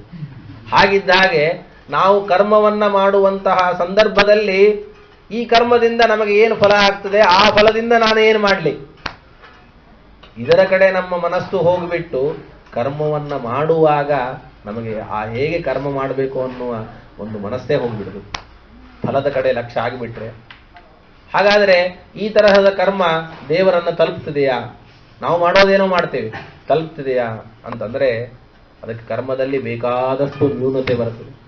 ಕರ್ಮದಲ್ಲಿ ನ್ಯೂನತೆ ಬಂದರೂ ಕೂಡ ಕಲ್ಪತೆ ಪುರುಷಸ್ಯೈವ ಸಖ್ಯಾತ್ಮ ದಯಿತೋ ಹಿತಃ, ಇದೆಲ್ಲವೂ ಕೂಡ ಭಗವಂತನಿಗೆ ಅರ್ಪಿತ ಅಂತ ಶರಣ್ಯ ಭಾವದಿಂದ ದೇವರಲ್ಲಿ ಕೃಷ್ಣಾರ್ಪಣ ಅಂತ ಆ ಕರ್ಮವನ್ನ ಅರ್ಪಣೆ ಮಾಡಿಬಿಟ್ರೆ ಆ ಕರ್ಮಕ್ಕೆ ಶುದ್ಧಿ ಬರ್ತದೆ ಅಂತ ಹೇಳ್ತಾರೆ. ಆದ್ದರಿಂದ ಕರ್ಮದಲ್ಲಿ ಎಷ್ಟೇ ನ್ಯೂನತೆಗಳಿದ್ದರೂ ಕೂಡ ಆ ಕರ್ಮವನ್ನು ಉದ್ದೇಶಪೂರ್ವಕವಾಗಿ ನ್ಯೂನತೆ ಮಾಡೋದಲ್ಲ, ತಾನಾಗೆ ನ್ಯೂನತೆಗಳು ಉಂಟಾದರೆ ಅಂತಹ ನ್ಯೂನತೆಗಳ ಪರಿಹಾರ ದೇವರಲ್ಲಿ ಕೃಷ್ಣಾರ್ಪಣ ಅನ್ನುವ ಭಾವನೆಯಿಂದ ಸಮರ್ಪಣೆಯನ್ನ ಮಾಡಿಬಿಟ್ರೆ ಹೋಗ್ತದೆ ಅಂತ ಹೇಳ್ತಾರೆ. ನಾವು ಭಗವಂತನಿಗೆ ಅರ್ಪಣೆಯನ್ನ ಮಾಡಿದರೆ ಉಳಿದ ದೇವತೆಗಳೆಲ್ಲ ಅದನ್ನು ಸ್ವೀಕಾರ ಮಾಡ್ತಾರೋ ಇಲ್ಲೋ ಅನ್ನೋ ಒಂದು ಪ್ರಶ್ನೆ ಬರ್ತದೆ. ಅದಕ್ಕೆ ಬ್ರಹ್ಮದೇವರು ಉತ್ತರವನ್ನು ಕೊಡ್ತಾರೆ ಈ ಸಂದರ್ಭದಲ್ಲಿ. ಎಷ್ಟು ಸುಂದರವಾದ ಮಾತನ್ನ ಬ್ರಹ್ಮದೇವರು ಸ್ತೋತ್ರ ರೂಪದಲ್ಲೇ ಹೇಳ್ತಾ ಇದ್ದಾರೆ. ನನಗೆ ಇಂದ್ರನಿಗೆ ಕೊಡಬೇಕು ಅಂತಿತ್ತು, ಗಣಪತಿಗೆ ಕೊಡಬೇಕು ಅಂತಿತ್ತು, ವಾಯುದೇವರಿಗೆ ಕೊಡಬೇಕು ಅಂತಿತ್ತು, ದೇವರಿಗೆ ಕೊಟ್ಬಿಟ್ರೆ ಅವರೆಲ್ಲವೂ ಅದನ್ನು ತಗೊಳ್ತಾರೋ ಇಲ್ಲೋ ಅಂತ. ಅದಕ್ಕೆ ಇಂದ್ರನಿಗೆ ಗಣಪತಿಗೆ ಕೊಟ್ರೆ ದೇವರು ತೆಗೆದುಕೊಳ್ಳದೆ ಇರಬಹುದು, ಆದರೆ ದೇವರಿಗೆ ಕೊಟ್ರೆ ಅವರೇ ಉಳಿದವರೆಲ್ಲ ತಗೊಳ್ಳೇಬೇಕು. ಹಾಗಿದ್ದ ಹಾಗೆ ದೊಡ್ಡವರ ಕೈಯಲ್ಲಿ ಕೊಟ್ರೆ ಅದು ಸಣ್ಣವರ ಕೈಯಲ್ಲಿ ಬರ್ತದೆ. ಅದಕ್ಕೆ ದೃಷ್ಟಾಂತವನ್ನ ಕೊಡ್ತಾರೆ. ಯಥಾಹಿ ಸ್ಕಂಧಶಾಖಾನಾಂ ತರೋಹೋ ಮೂಲಾವಸೇಚನಂ ಏವಂ ಆರಾಧನಂ ವಿಷ್ಣೋಹೋ ಸರ್ವೇಷಾಂ ಆತ್ಮನಶ್ಚಹಿ ಅಂತ. ಇವತ್ತು ನಮಗೆ ಗಿಡವನ್ನ ಬೆಳೆಸಬೇಕಾಗಿದೆ. ಗಿಡವನ್ನ ಬೆಳೆಸಬೇಕಾದರೆ ನಾವು ಟೊಂಗೆಗೆ ಅಥವಾ ಬೇರೆ ಬೇರೆ ಎಲೆಗಳಿಗೆ ನೀರನ್ನ ಹಾಕಿದರೆ ಬೆಳೆಯುವುದಿಲ್ಲ. ಬೆಳೆಯಬಹುದು, ಆದರೆ ತರೋರು ಮೂಲ ನಿಷೇವ ಅಂತ ಹೇಳ್ತಾರೆ. ನೀವು ಕೆಳಗೆ ಇರತಕ್ಕಂತಹ ಬೇರಿಗೆ ಹಾಕ್ಬಿಡಿ. ಬೇರಿಗೆ ಹಾಕಿಬಿಟ್ರೆ ಅದು ಬೇರಿಗೂ ಹೋಗುತ್ತೆ, ಜೊತೆಗೆ ಟೊಂಗೆಗೂ ಹೋಗುತ್ತೆ, ಗಿಡಕ್ಕೂ ಹೂವಿಗೂ ಹೋಗುತ್ತೆ, ಹಣ್ಣಿಗೂ ಹೋಗುತ್ತೆ. ಏನೇನು ಗಿಡಗಳಲ್ಲಿದೆಯೋ ಆ ಗಿಡಗಳಲ್ಲಿರುವ ಎಲ್ಲಾ ಭಾಗಗಳಿಗೂ ನಮಗೆ ಆ ನೀರು ಹೋಗಬೇಕು ಅಂತ ಅಪೇಕ್ಷೆ ಇದ್ರೆ ಆಗ ನಾವು ಅದನ್ನ ಗಿಡದ ಮೇಲೆ ಹಾಕೋದಲ್ಲ, ಗಿಡದ ಬುಡಕ್ಕೆ ಹಾಕೋದು. ಹಾಗೆ ಊರ್ಧ್ವ ಮೂಲ ಮದಶಾಕಂ ಅಂತ ಹೇಳಿದ ಹಾಗೆ ಜಗದ್ವೃಕ್ಷಕ್ಕೆ ಮೂಲ ಭಗವಂತ. ಆ ಭಗವಂತನಿಗೆ ಸಮರ್ಪಣೆಯನ್ನ ಮಾಡಿಬಿಟ್ರೆ ಎಲ್ಲ ದೇವತೆಗಳು ಕೂಡ ಅದನ್ನ ಸ್ವೀಕಾರ ಮಾಡ್ತಾರೆ. ಯಾಕೆಂದ್ರೆ ಎಲ್ಲ ದೇವತೆಗಳು ಅಂದ್ರೆ ಬೇರೆ ಅಲ್ಲ, ಭಗವಂತನ ಅವಯವದಿಂದ ಹುಟ್ಟಿದವರು. ಮುಖಾದಿಂದ್ರಶ್ಚ ಅಗ್ನಿಶ್ಚ ಪ್ರಾಣಾದ್ವಾಯುರಜಾಯತ, ಎಲ್ಲ ದೇವತೆಗಳು ಕೂಡ ಭಗವಂತನ ಅವಯವದಿಂದ ಹುಟ್ಟಿದವರು. ಅಂತಹ ಭಗವಂತನ ಅವಯವದಿಂದ ಹುಟ್ಟಿದ ಎಲ್ಲ ದೇವತೆಗಳು ಕೂಡ ಆ ಭಗವಂತನಿಗೆ ಸಮರ್ಪಣೆ ಮಾಡಿಬಿಟ್ರೆ ಅದನ್ನ ಸ್ವೀಕಾರ ಮಾಡ್ತಾರೆ. ನಮಸ್ತುಭ್ಯಮನಂತಾಯ ದುರ್ವಿತರ್ಕಾತ್ಮಕರ್ಮಣೆ ನಿರ್ಗುಣಾಯ ಗುಣೇಶಾಯ ಸತ್ವಸ್ಥಾಯ ಚ ಸಾಂಪ್ರತಂ. ಹೀಗೆ ಶ್ಲೋಕವನ್ನ ಅನೇಕ ಸ್ತೋತ್ರಗಳನ್ನ ಮಾಡ್ತಾರೆ. ಸ್ತೋತ್ರವನ್ನ ಮಾಡಿದ ಕ್ಷಣಕ್ಕೆ ಈ ಸ್ತೋತ್ರಕ್ಕೆ ಸಂತುಷ್ಟನಾಗಿ ಭಗವಂತ ಪ್ರತ್ಯಕ್ಷನಾಗ್ತಾನೆ. ಬ್ರಹ್ಮಾದಿ ದೇವತೆಗಳಿಗೂ ಸಂತೋಷ ಆಗ್ತದೆ. ಕೇಳ್ತಾನೆ ಪರಮಾತ್ಮ, ಯಾಕೆ ಸ್ತೋತ್ರವನ್ನ ಮಾಡಿದಿರಿ, ನನ್ನಿಂದ ಯಾವ ಕೆಲಸ ನಿಮಗೆ ಆಗಬೇಕು, ಅವನ ಒಂದು ಪ್ರತ್ಯಕ್ಷ ಆದಾಗ ಏನು ರೂಪ ಅನ್ನೋದನ್ನು ಸುಂದರವಾಗಿ ಭಾಗವತ ವರ್ಣನೆಯನ್ನ ಮಾಡ್ತದೆ. ಅಜಾಯ ಜನ್ಮ ಸ್ಥಿತಿ ಸಂಯಮಾಯ ಗುಣಾಯ ನಿರ್ವಾಣ ಸುಖಾರ್ಣವಾಯ ಅಣೋರಣಿಮ್ನೆ ಪರಿಗಣ್ಯಧಾಮ್ನೆ ಮಹಾನುಭಾವಾಯ ನಮೋ ನಮಸ್ತೆ. ಅನೇಕ ಸ್ತೋತ್ರಗಳು ಮತ್ತೆ ಬ್ರಹ್ಮದೇವರು ಇಷ್ಟೊತ್ತನಕ ಮಾಡಿದಂತಹ ಸ್ತೋತ್ರ ಅದು ಪ್ರತ್ಯಕ್ಷ ಆಗುವಕ್ಕಿಂತ ಮೊದಲು ಭಗವಂತನ ಸಾಕ್ಷಾತ್ಕಾರ ಆದ ಮೇಲೆ, ಭಗವಂತನ ಮುಖದರ್ಶನ ಆದ ಮೇಲೆ ಆ ಸುಂದರವಾದ ಮುಖ, ಅವನ ಶರೀರ, ಅದನ್ನು ನೋಡಿ ವರ್ಣನೆಯನ್ನ ಮಾಡಲಿಕ್ಕೆ ಪ್ರಾರಂಭವನ್ನ ಮಾಡಿದ್ದಾರೆ. ಹೀಗೆ ಅನೇಕ ಶ್ಲೋಕಗಳಿಂದ ಬ್ರಹ್ಮದೇವರು ಸ್ತೋತ್ರವನ್ನ ಮಾಡಿದ ಮೇಲೆ ಕೇಳ್ತಾರೆ, ಏನು ಈಗ ನೀವು ಬಂದದ್ದು ಪ್ರಯೋಜನ ಏನು ಹೇಳಿ ಅಂತ. ಅದಕ್ಕೆ ಈ ತರಹ ನಾವು ದೂರ್ವಾಸರ ಶಾಪದಿಂದ ಬಲಹೀನರಾಗಿದ್ದೇವೆ, ನಮ್ಮಲ್ಲಿ ಮತ್ತೆ ಬಲ ಬರಬೇಕು, ನಾವು ದೈತ್ಯರನ್ನ ಗೆಲ್ಲಬೇಕು, ಇದಕ್ಕೆ ಏನಾದರೂ ಕೂಡ ನಿನ್ನಿಂದ ಉಪಾಯ ಹೇಳಬೇಕು ಅಂತ. ಅದಕ್ಕೆ ಪರಮಾತ್ಮ ಒಂದು ಕಥೆಯನ್ನ ಹೇಳ್ತಾನೆ. ನಿಮಗೆ ಕಷ್ಟ ಬಂದಾಗ, ದೊಡ್ಡ ಪ್ರಯೋಜನದ ಲಾಭ ಇದ್ದಾಗ ನಾವು ಶತ್ರುಗಳಾದರೂ ಕೂಡ ಶತ್ರುಗಳ ಜೊತೆಗೆ ಸ್ನೇಹವನ್ನ ಮಾಡಬೇಕು. ಇದು ಮೊದಲನೇದ್ದು. ಶತ್ರುಗಳ ಸ್ನೇಹನೇ ಮಾಡಬೇಕು ಅನ್ನೋದು ಉದ್ದೇಶ ಅಲ್ಲ. ಆ ಶತ್ರುಗಳ ಸ್ನೇಹದಿಂದ ನಮಗೆ ದೊಡ್ಡದಾದಂತಹ ಒಂದು ಉಪಕಾರ, ಶಾಶ್ವತವಾದ ನೆಲೆ ನಮಗೆ ಸಿಗ್ತಾ ಇತ್ತು ಅಂತಂದ್ರೆ ಶತ್ರುಗಳಾಗಿದ್ದರೂ ಪರವಾಗಿಲ್ಲ, ಅವರ ಜೊತೆಗೆ ಮೊದಲು ಸ್ನೇಹ ಮಾಡಿ. ನೀವು ಮೊದಲಿಂದಲೇ ವಿರೋಧವನ್ನ ಪ್ರಾರಂಭ ಮಾಡಿದ್ರಿ ಅಂತಂದ್ರೆ ನೀವು ನಿಮ್ಮ ಒಂದು ಉದ್ದೇಶವನ್ನ ಈಡೇರಿಸಲಿಕ್ಕೆ ಆಗೋದಿಲ್ಲ. ಅದಕ್ಕೋಸ್ಕರವಾಗಿ ನೀವು ದೈತ್ಯರಕ್ಕಿಂತ ಬಲಿಷ್ಠರಾಗಬೇಕು. ದೈತ್ಯರಕ್ಕಿಂತ ಬಲಿಷ್ಠರು ನೀವು ಆಗಬೇಕು ಅಂತಂದ್ರೆ ನೀವು ಮೊದಲು ದೈತ್ಯರ ಜೊತೆಗೆ ಸ್ನೇಹವನ್ನು ಬೆಳೆಸಿ ಅಂತ. ಅದಕ್ಕೆ ದೇವರು ಒಂದು ಕಥೆ ಹೇಳ್ತಾನಂತೆ. ಅರಯೋಪಿ ಸಂದೇಹಾಹ ಸತಿ ಕಾರ್ಯಾರ್ಥ ಗೌರವೇ ಅಹಿಮೂಷಕವದ್ದೇವ ಹ್ಯರ್ಥಸ್ಯ ಪದವೀಂ ಗತೈ. ಅಕಸ್ಮಾತ್ತಾಗಿ ಒಂದು ಬುಟ್ಟಿಯಲ್ಲಿ ಒಂದು ಹಾವು ಇಲಿ ಎರಡೂ ಸೇರಿಬಿಟ್ಟಿದೆ. ಹಾವುಗೆ ಹಸಿವೆ ಆಗಿದೆ ತುಂಬಾ, ಇಲಿಯನ್ನ ತಿನ್ನಬೇಕು ಅಂತ ಅಪೇಕ್ಷೆ, ಆದರೆ ಇಲಿಯನ್ನ ತಿಂತಾ ಇಲ್ಲ. ಯಾಕೆ? ಹಾವು ಬುದ್ಧಿವಂತರು. ಈಗ ನಾನು ತಿಂದುಬಿಟ್ರೆ ನಾನು ಇಲ್ಲಿ ಒಳಗೆ ಬುಟ್ಟಿಯಲ್ಲೇ ಕೂತ್ಕೊಳ್ಬೇಕಾಗ್ತದೆ. ಅದಕ್ಕೆ ಒಂದು ಉಪಾಯ ಮಾಡಿತು ಹಾವು. ನೀನು ನನ್ನ ಹೆಡೆಯನ್ನ ಬಿಚ್ಚುತ್ತೇನೆ, ಹೆಡೆಯ ಮೇಲೆ ನಿಂತುಕೋ, ಈ ಬುಟ್ಟಿಯನ್ನ ಕಟ್ ಮಾಡು, ಇಬ್ಬರೂ ಹೊರಗೆ ಆರಾಮಾಗಿ ಹೋಗಬಹುದು. ಇಲಿಗೆ ಹಾವು ಹೇಳ್ತದೆ. ಆಯಿತು ಅಂತ ಹೆಡೆಯನ್ನ ಬಿಚ್ಚಿ ಇಲಿ ಕತ್ತರಿಸಲಿಕ್ಕೆ ಪ್ರಾರಂಭ ಮಾಡ್ತದೆ. ಹೋಲಾಗುವವರೆಗೂ ನೋಡ್ತಾ ಇರ್ತದೆ ಹಾವು. ಹೋಲಾದ 2ನೇ ಕ್ಷಣದಲ್ಲಿ ಆ ಇಲಿಯನ್ನು ತಿಂದುಬಿಟ್ಟು ತಾನು ಹೊರಗೆ ಬಂದ್ಬಿಟ್ಟು. ಆದ್ದರಿಂದ ಇದು ಒಂದು ಉಪಾಯ, ಇದು ದೃಷ್ಟಾಂತ. ಇದರ ಅಭಿಪ್ರಾಯ, ನಮ್ಮ ಕೆಲಸವನ್ನ ಸಾಧಿಸಿಕೊಳ್ಳಬೇಕು ಅಂತಂದ್ರೆ ಆ ಕೆಲಸಕ್ಕೆ ಯಾರು ತೊಂದರೆಯನ್ನ ಒಡ್ತಾ ಇರ್ತಾರೆ ಅಂಥವರನ್ನೂ ಕೂಡ ನಾವು ಸ್ನೇಹಕ್ಕೆ ತೆಗೆದುಕೊಳ್ಬೇಕು. ಹಾಗೆ ನೀವು ಅಮೃತವನ್ನ ಪಾನ ಮಾಡಬೇಕು. ಅಮೃತ ಪಾನ ಮಾಡಬೇಕಾದರೆ ನೀವು ಕೇವಲ ನಿಮ್ಮಿಂದ ಮಥನ ಮಾಡಿದರೆ ಸಾಧ್ಯ ಇಲ್ಲ. ಅದಕ್ಕೆ ಅಸುರರ ಸಹಾಯ ಬೇಕು. ಆ ಅಸುರರ ಸಹಾಯವನ್ನು ನೀವು ತಗೊಳ್ಳಿ, ಮಥನವನ್ನ ಮಾಡಿ. ಅಮೃತ ಬೇಕಾದರೆ ನೀವು ಒಬ್ಬರೇ ಪಾನ ಮಾಡುವ ವ್ಯವಸ್ಥೆಯನ್ನ ನಾನು ಮಾಡ್ತೇನೆ.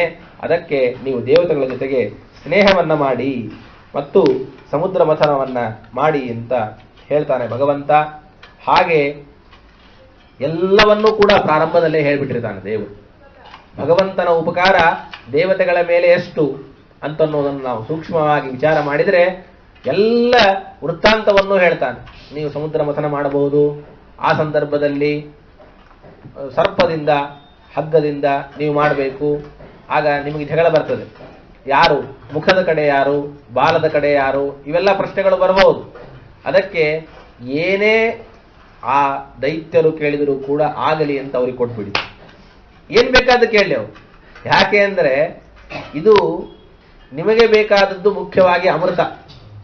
ಆ ಅಮೃತಕ್ಕಾಗಿ ನೀವು ತಯಾರಾಗಿ, ಅಮೃತದಕ್ಕಿಂತ ಮೊದಲು ಏನು ಬೇಕಾದ್ದು ಬರಲಿ, ಏನೇ ಬಂದರೂ ಕೂಡ ಜಗಳಾಡಿಕೊಂಡು, ಅದಕ್ಕೆ ಕೆಲವರು ಹೇಳ್ತಾರೆ, ನಾವು ಯಾವುದನ್ನ ಮುಖ್ಯವಾಗಿ ಉದ್ದೇಶವನ್ನಾಗಿ ಇಟ್ಟಿರ್ತೇವೋ ಅದು ಸಫಲ ಆಗಬೇಕು. ನಾವು ಮಥನ ಮಾಡೋದು ಸಣ್ಣ ಪುಟ್ಟ ಪದಾರ್ಥಗಳಿಗಲ್ಲ, ಅಮೃತಕ್ಕೆ. ಆ ಅಮೃತ ನಮಗೆ ಸಿಕ್ಕರೆ ಸಾಕು ಅಂತನ್ನುವ ವಿಚಾರವನ್ನ ನೀವು ಮಾಡಿ ಅಂತನ್ನುವುದಾಗಿ ಹೇಳ್ತಾನೆ. ಮತ್ತೆ ವಿಷ ಬರಬಹುದು, ಆ ವಿಷಕ್ಕೆ ಹೆದರುವ ಕಾರಣ ಇಲ್ಲ. ಹೀಗೆ ಅನೇಕ ಉಪಾಯಗಳನ್ನ ಭಗವಂತ ಅವರಿಗೆ ಹೇಳಿ ಕಳಿಸ್ತಾನೆ. ಕಳಿಸಿದ ಮೇಲೆ ದೇವತೆಗಳು, ದೈತ್ಯರು ಇಬ್ಬರು ಕೂಡ ಒಂದು ಕಡೆ ಸೇರ್ತಾರೆ. ಇಂದ್ರ ಮತ್ತು ಬಲಿ ಇವರಿಬ್ಬರಿಗೂ ಕೂಡ ಒಂದು ಮೀಟಿಂಗ್, ಒಂದು ಸಭೆ ನಡೀತದೆ. ಸಭೆ ನಡಿ ಒಪ್ಪಂದಕ್ಕೆ ಬರ್ತಾರೆ. ಹೀಗೆ ನಮಗೂ ನಿಮಗೂ ಒಳ್ಳೆಯ ಬಲ ಬರಬೇಕು, ಶಕ್ತಿ ಬರಬೇಕು, ಮರಣ ಹೋಗಬೇಕು ಅಂತಂದ್ರೆ ಏನ್ ಮಾಡಬೇಕು ಅಂದರೆ ನಾವಿಬ್ಬರೂ ಸೇರಿ ಒಂದು ಕ್ಷೀರ ಸಮುದ್ರವನ್ನ ಕಡಿಬೇಕು, ಮಂದರ ಪರ್ವತವನ್ನ ಕಡಗೋಲು ಮಾಡಬೇಕು, ವಾಸುಕಿಯನ್ನ ಹಗ್ಗವನ್ನಾಗಿ ಮಾಡಬೇಕು. ಅದಕ್ಕೆ ನಾವೆಲ್ಲರೂ ಕೂಡ ಒಟ್ಟಾಗೋಣ, ಈ ಸಂದರ್ಭದಲ್ಲಿ ಜಗಳ ಬೇಡ ಅಂತ ದೇವತೆಗಳಿಗೂ ದೈತ್ಯರಿಗೂ ಒಂದು ತರಹದ ಅಂಡರ್ಸ್ಟ್ಯಾಂಡಿಂಗ್ ಆಗ್ತದೆ. ಅವರೆಲ್ಲರೂ ಕೂಡ ಸೇರ್ತಾರೆ. ಮೊಟ್ಟ ಮೊದಲನೆಯದ್ದು ತರಬೇಕು, ಪರ್ವತವನ್ನು ತರಲಿಕ್ಕೆ ಹೊರಟು. ಪರ್ವತವನ್ನ ತರಲಿಕ್ಕೆ ಹೊರಟಂತಹ ಸಂದರ್ಭದಲ್ಲಿ ಎಲ್ಲ ದೇವತೆಗಳು ಇದ್ದಾರೆ, ಎಲ್ಲ ದೈತ್ಯರೂ ಕೂಡ ಇದ್ದಾರೆ, ಎತ್ತಿದ್ದಾರೆ. ಸಮುದ್ರದ ಅರ್ಧ ಹಾದಿಯಲ್ಲಿ ಬಂದಿದ್ದಾರೆ, ಅವರಿಗೆ ಆಗಿಲ್ಲ, ಕೈ ಬಿಟ್ಬಿಟ್ಟಿದ್ದಾರೆ. ಆ ಸಮುದ್ರದ ಆ ಪರ್ವತದ ಕೆಳಗೆ ಬಿದ್ದು ಅನೇಕ ದೇವತೆಗಳು ಮತ್ತೆ ದೈತ್ಯರು ಇಬ್ಬರೂ ಪುಡಿಪುಡಿಯಾಗಿದ್ದಾರೆ. ಇದನ್ನು ಭಗವಂತ ನೋಡ್ತಾ ಇದ್ದಾನೆ. ಭಗವಂತ ನೋಡಿ ಗರುಡನಿಗೆ ಅಪ್ಪಣೆಯನ್ನು ಮಾಡ್ತಾ ಇದ್ದಾನೆ, ನೀನು ಹೋಗಿಬಿಟ್ಟು ಆ ಸಮುದ್ರದ ಮಧ್ಯದಲ್ಲಿ ಎಲ್ಲಿ ಆ ಪರ್ವತವನ್ನು ನಿಲ್ಲಿಸಬೇಕು ಅಲ್ಲಿ ನಿಲ್ಲಿಸು. ಉಳಿದ ದೇವತೆಗಳೆಲ್ಲರೂ ಕೂಡ ಮತ್ತೆ ವಾಸುಕಿಯ ಹತ್ತಿರ ಬರ್ತಾರೆ. ಅಲ್ಲಿ ಕೇಳ್ಕೊಳ್ತಾರೆ, ನಿನಗೆ ಬಂದಂತಹ ಅಮೃತವನ್ನು ನಿನಗೂ ಕೊಡ್ತೇವೆ, ಅದಕ್ಕೆ ನೀನು ಹಗ್ಗವಾಗಿ ಬರಲಿಕ್ಕೆ ಒಪ್ಪಿಕೋ ಅಂತ. ಆಯಿತು ಅಂತ ಹಗ್ಗವಾಗಿ ಬರ್ತಾನೆ. ಹಗ್ಗವಾಗಿ ಬಂದ ಮೇಲೆ ಕಟ್ಟಿ ಅದನ್ನು ಮಥನ ಮಾಡಲಿಕ್ಕೆ ಪ್ರಾರಂಭವನ್ನ ಮಾಡ್ತಾರೆ. ಆಗ ಸುರಾಸುರೇಂದ್ರೈರ್ ಭುಜವೀರ್ಯವೇಪಿತಂ ಪರಿಭ್ರಮಂತಂ ಗಿರಮಂಗ ಪೃಷ್ಠತಃ ಬಿಭ್ರತ್ತದಾವರ್ತನ ಮಾದಿ ಕಚ್ಚಪೋ ಮೇನೆಂಗ ಕಂಡು ಯನಮ ಪ್ರಮೇಯ. ಆಗ ಕಡಿಯಲಿಕ್ಕೆ ಪ್ರಾರಂಭ ಮಾಡಿದ್ದಾರೆ. ಇವರ ಆ ಕಡಿಯುವುದಕ್ಕೆ ಪರ್ವತ ಮುಳುಗಲಿಕ್ಕೆ ಪ್ರಾರಂಭ ಆಗಿದೆ. ಪರ್ವತ ಹೇಗೆ ನಿಲ್ಲಬೇಕು? ನೀರು ಜಾಸ್ತಿ ಇದ್ದಾಗ ಪರ್ವತ ಭಾರದ ವಸ್ತುವನ್ನು ನಾವು ನೀರಲ್ಲಿ ಬಿಟ್ಟರೆ ಅದು ಉಳಿಲಿಕ್ಕೆ ಸಾಧ್ಯ ಇಲ್ಲ. ಅಂದ ಮೇಲೆ ಮುಳುಗಲಿಕ್ಕೆ ಪ್ರಾರಂಭ ಆಗಿದೆ. ಇದು ಪರಮಾತ್ಮನಿಗೆ ಗೊತ್ತಾಗಿದೆ. ಎಷ್ಟಿದ್ರೂ ದೇವತೆಗಳು ನಮ್ಮವರು, ಅವರಿಗೆ ಒಳ್ಳೆಯದಾಗಬೇಕು ಅನ್ನುವ ಕಾರಣದಿಂದ ಭಗವಂತನೇ ಕೂರ್ಮ ರೂಪವನ್ನ ಧಾರಣೆ ಮಾಡಿ ಆ ಪರ್ವತದ ಕೆಳಗೆ ಹೋಗಿ ಪರ್ವತವನ್ನ ಎತ್ತಿದ್ದಾನೆ.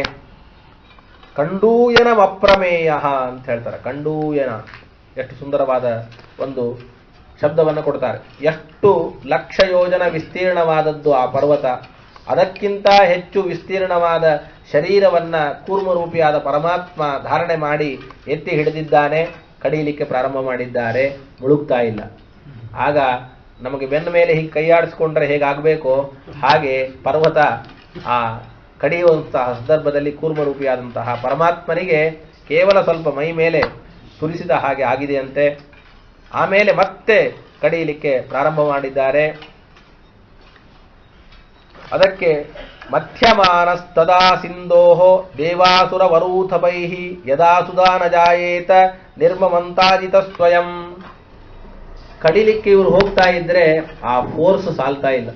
ಹಿಂದಿನ ಕಾಲದಲ್ಲಿ ಹೆಣ್ಣು ಮಕ್ಕಳು ಯಾವ ಮಜ್ಜಿಗೆಯನ್ನ ಕಡಿಬೇಕು, ಬೆಣ್ಣೆಯನ್ನು ತೆಗಿಬೇಕು, ಮನೆಯಲ್ಲೇ ಬೆಣ್ಣೆಯನ್ನ ತೆಗೆದು ಅದನ್ನು ತುಪ್ಪವನ್ನ ಭಗವಂತನಿಗೆ ಸಮರ್ಪಣೆ ಮಾಡಬೇಕು, ಅದು ಬಹಳ ವಿಶೇಷ ಅಂತ ಹೇಳ್ತಾ ಇದ್ರು. ಈಗ ಮಜ್ಜಿಗೆಯನ್ನು ಕಡಿಯೋದೇ ಮರ್ತು ಹೋಗಿದೆ. ಕಡಿಬೇಕಾದ್ರೆ ಒಳ್ಳೆಯ ಶಕ್ತಿ ಬೇಕು, ಅದಕ್ಕೊಂದು ಯುಕ್ತಿ ಬೇಕು. ದೇವತೆಗಳು ಅಸುರರು ಇಬ್ಬರೂ ಸೇರಿ ಕಡಿಯಲಿಕ್ಕೆ ಪ್ರಾರಂಭ ಮಾಡಿದ್ದಾರೆ. ಆ ವೇಗ ಸಾಲ್ತಾ ಇಲ್ಲ. ಅತಿಯಾದ ವೇಗದಿಂದ ಕಡಿದರೆ ಮಾತ್ರ ಬೆಣ್ಣೆ ಬರ್ತದೆ.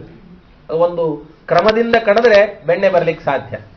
ಹಾಗೆ ಇಲ್ಲಿ ಸಾಲ್ತಾ ಇಲ್ಲ. ಇದು ಪರಮಾತ್ಮನಿಗೆ ಗೊತ್ತಾಯಿತು. ಹೀಗೆ ಇವರು ದೇವತೆಗಳು ಅಸುರರು ಎಷ್ಟು ದಿವಸ ಕಡಿದರೂ ಕೂಡ ಯಾವ ವಸ್ತುನೂ ಬರಲಿಕ್ಕೆ ಸಾಧ್ಯ ಇಲ್ಲ ಅಂತ ತಿಳ್ಕೊಂಡು ಅದೃಶ್ಯನಾಗಿ ಎಲ್ಲ ದೇವತೆಗಳಲ್ಲಿ ಎಲ್ಲ ದೈತ್ಯರಲ್ಲಿ ಪ್ರವೇಶ ಮಾಡಿದ ದೇವರೇ. ಪ್ರವೇಶ ಮಾಡಿ ಮತ್ತೆ ಅವ್ರಿಗೆ ಸ್ವಲ್ಪ ಶಕ್ತಿ ಬಂದಾಗಾಯ್ತು. ಏನಾದರೂ ಒಂದು ಪಾನೀಯವನ್ನು ತೆಗೆದುಕೊಂಡ್ರೆ ಶಕ್ತಿ ಬರಬೇಕಲ್ಲ, ಹಾಗೆ ಪರಮಾತ್ಮ ಅವರಲ್ಲಿ ಸೇರಿದಾಗ ಮತ್ತೆ ಪುನಃ ಶಕ್ತಿ ಬಂತು. ಮತ್ತೆ ಜೋರಾಗಿ ಕಡಿಯಲಿಕ್ಕೆ ಪ್ರಾರಂಭವನ್ನ ಮಾಡಿದ್ದಾರೆ.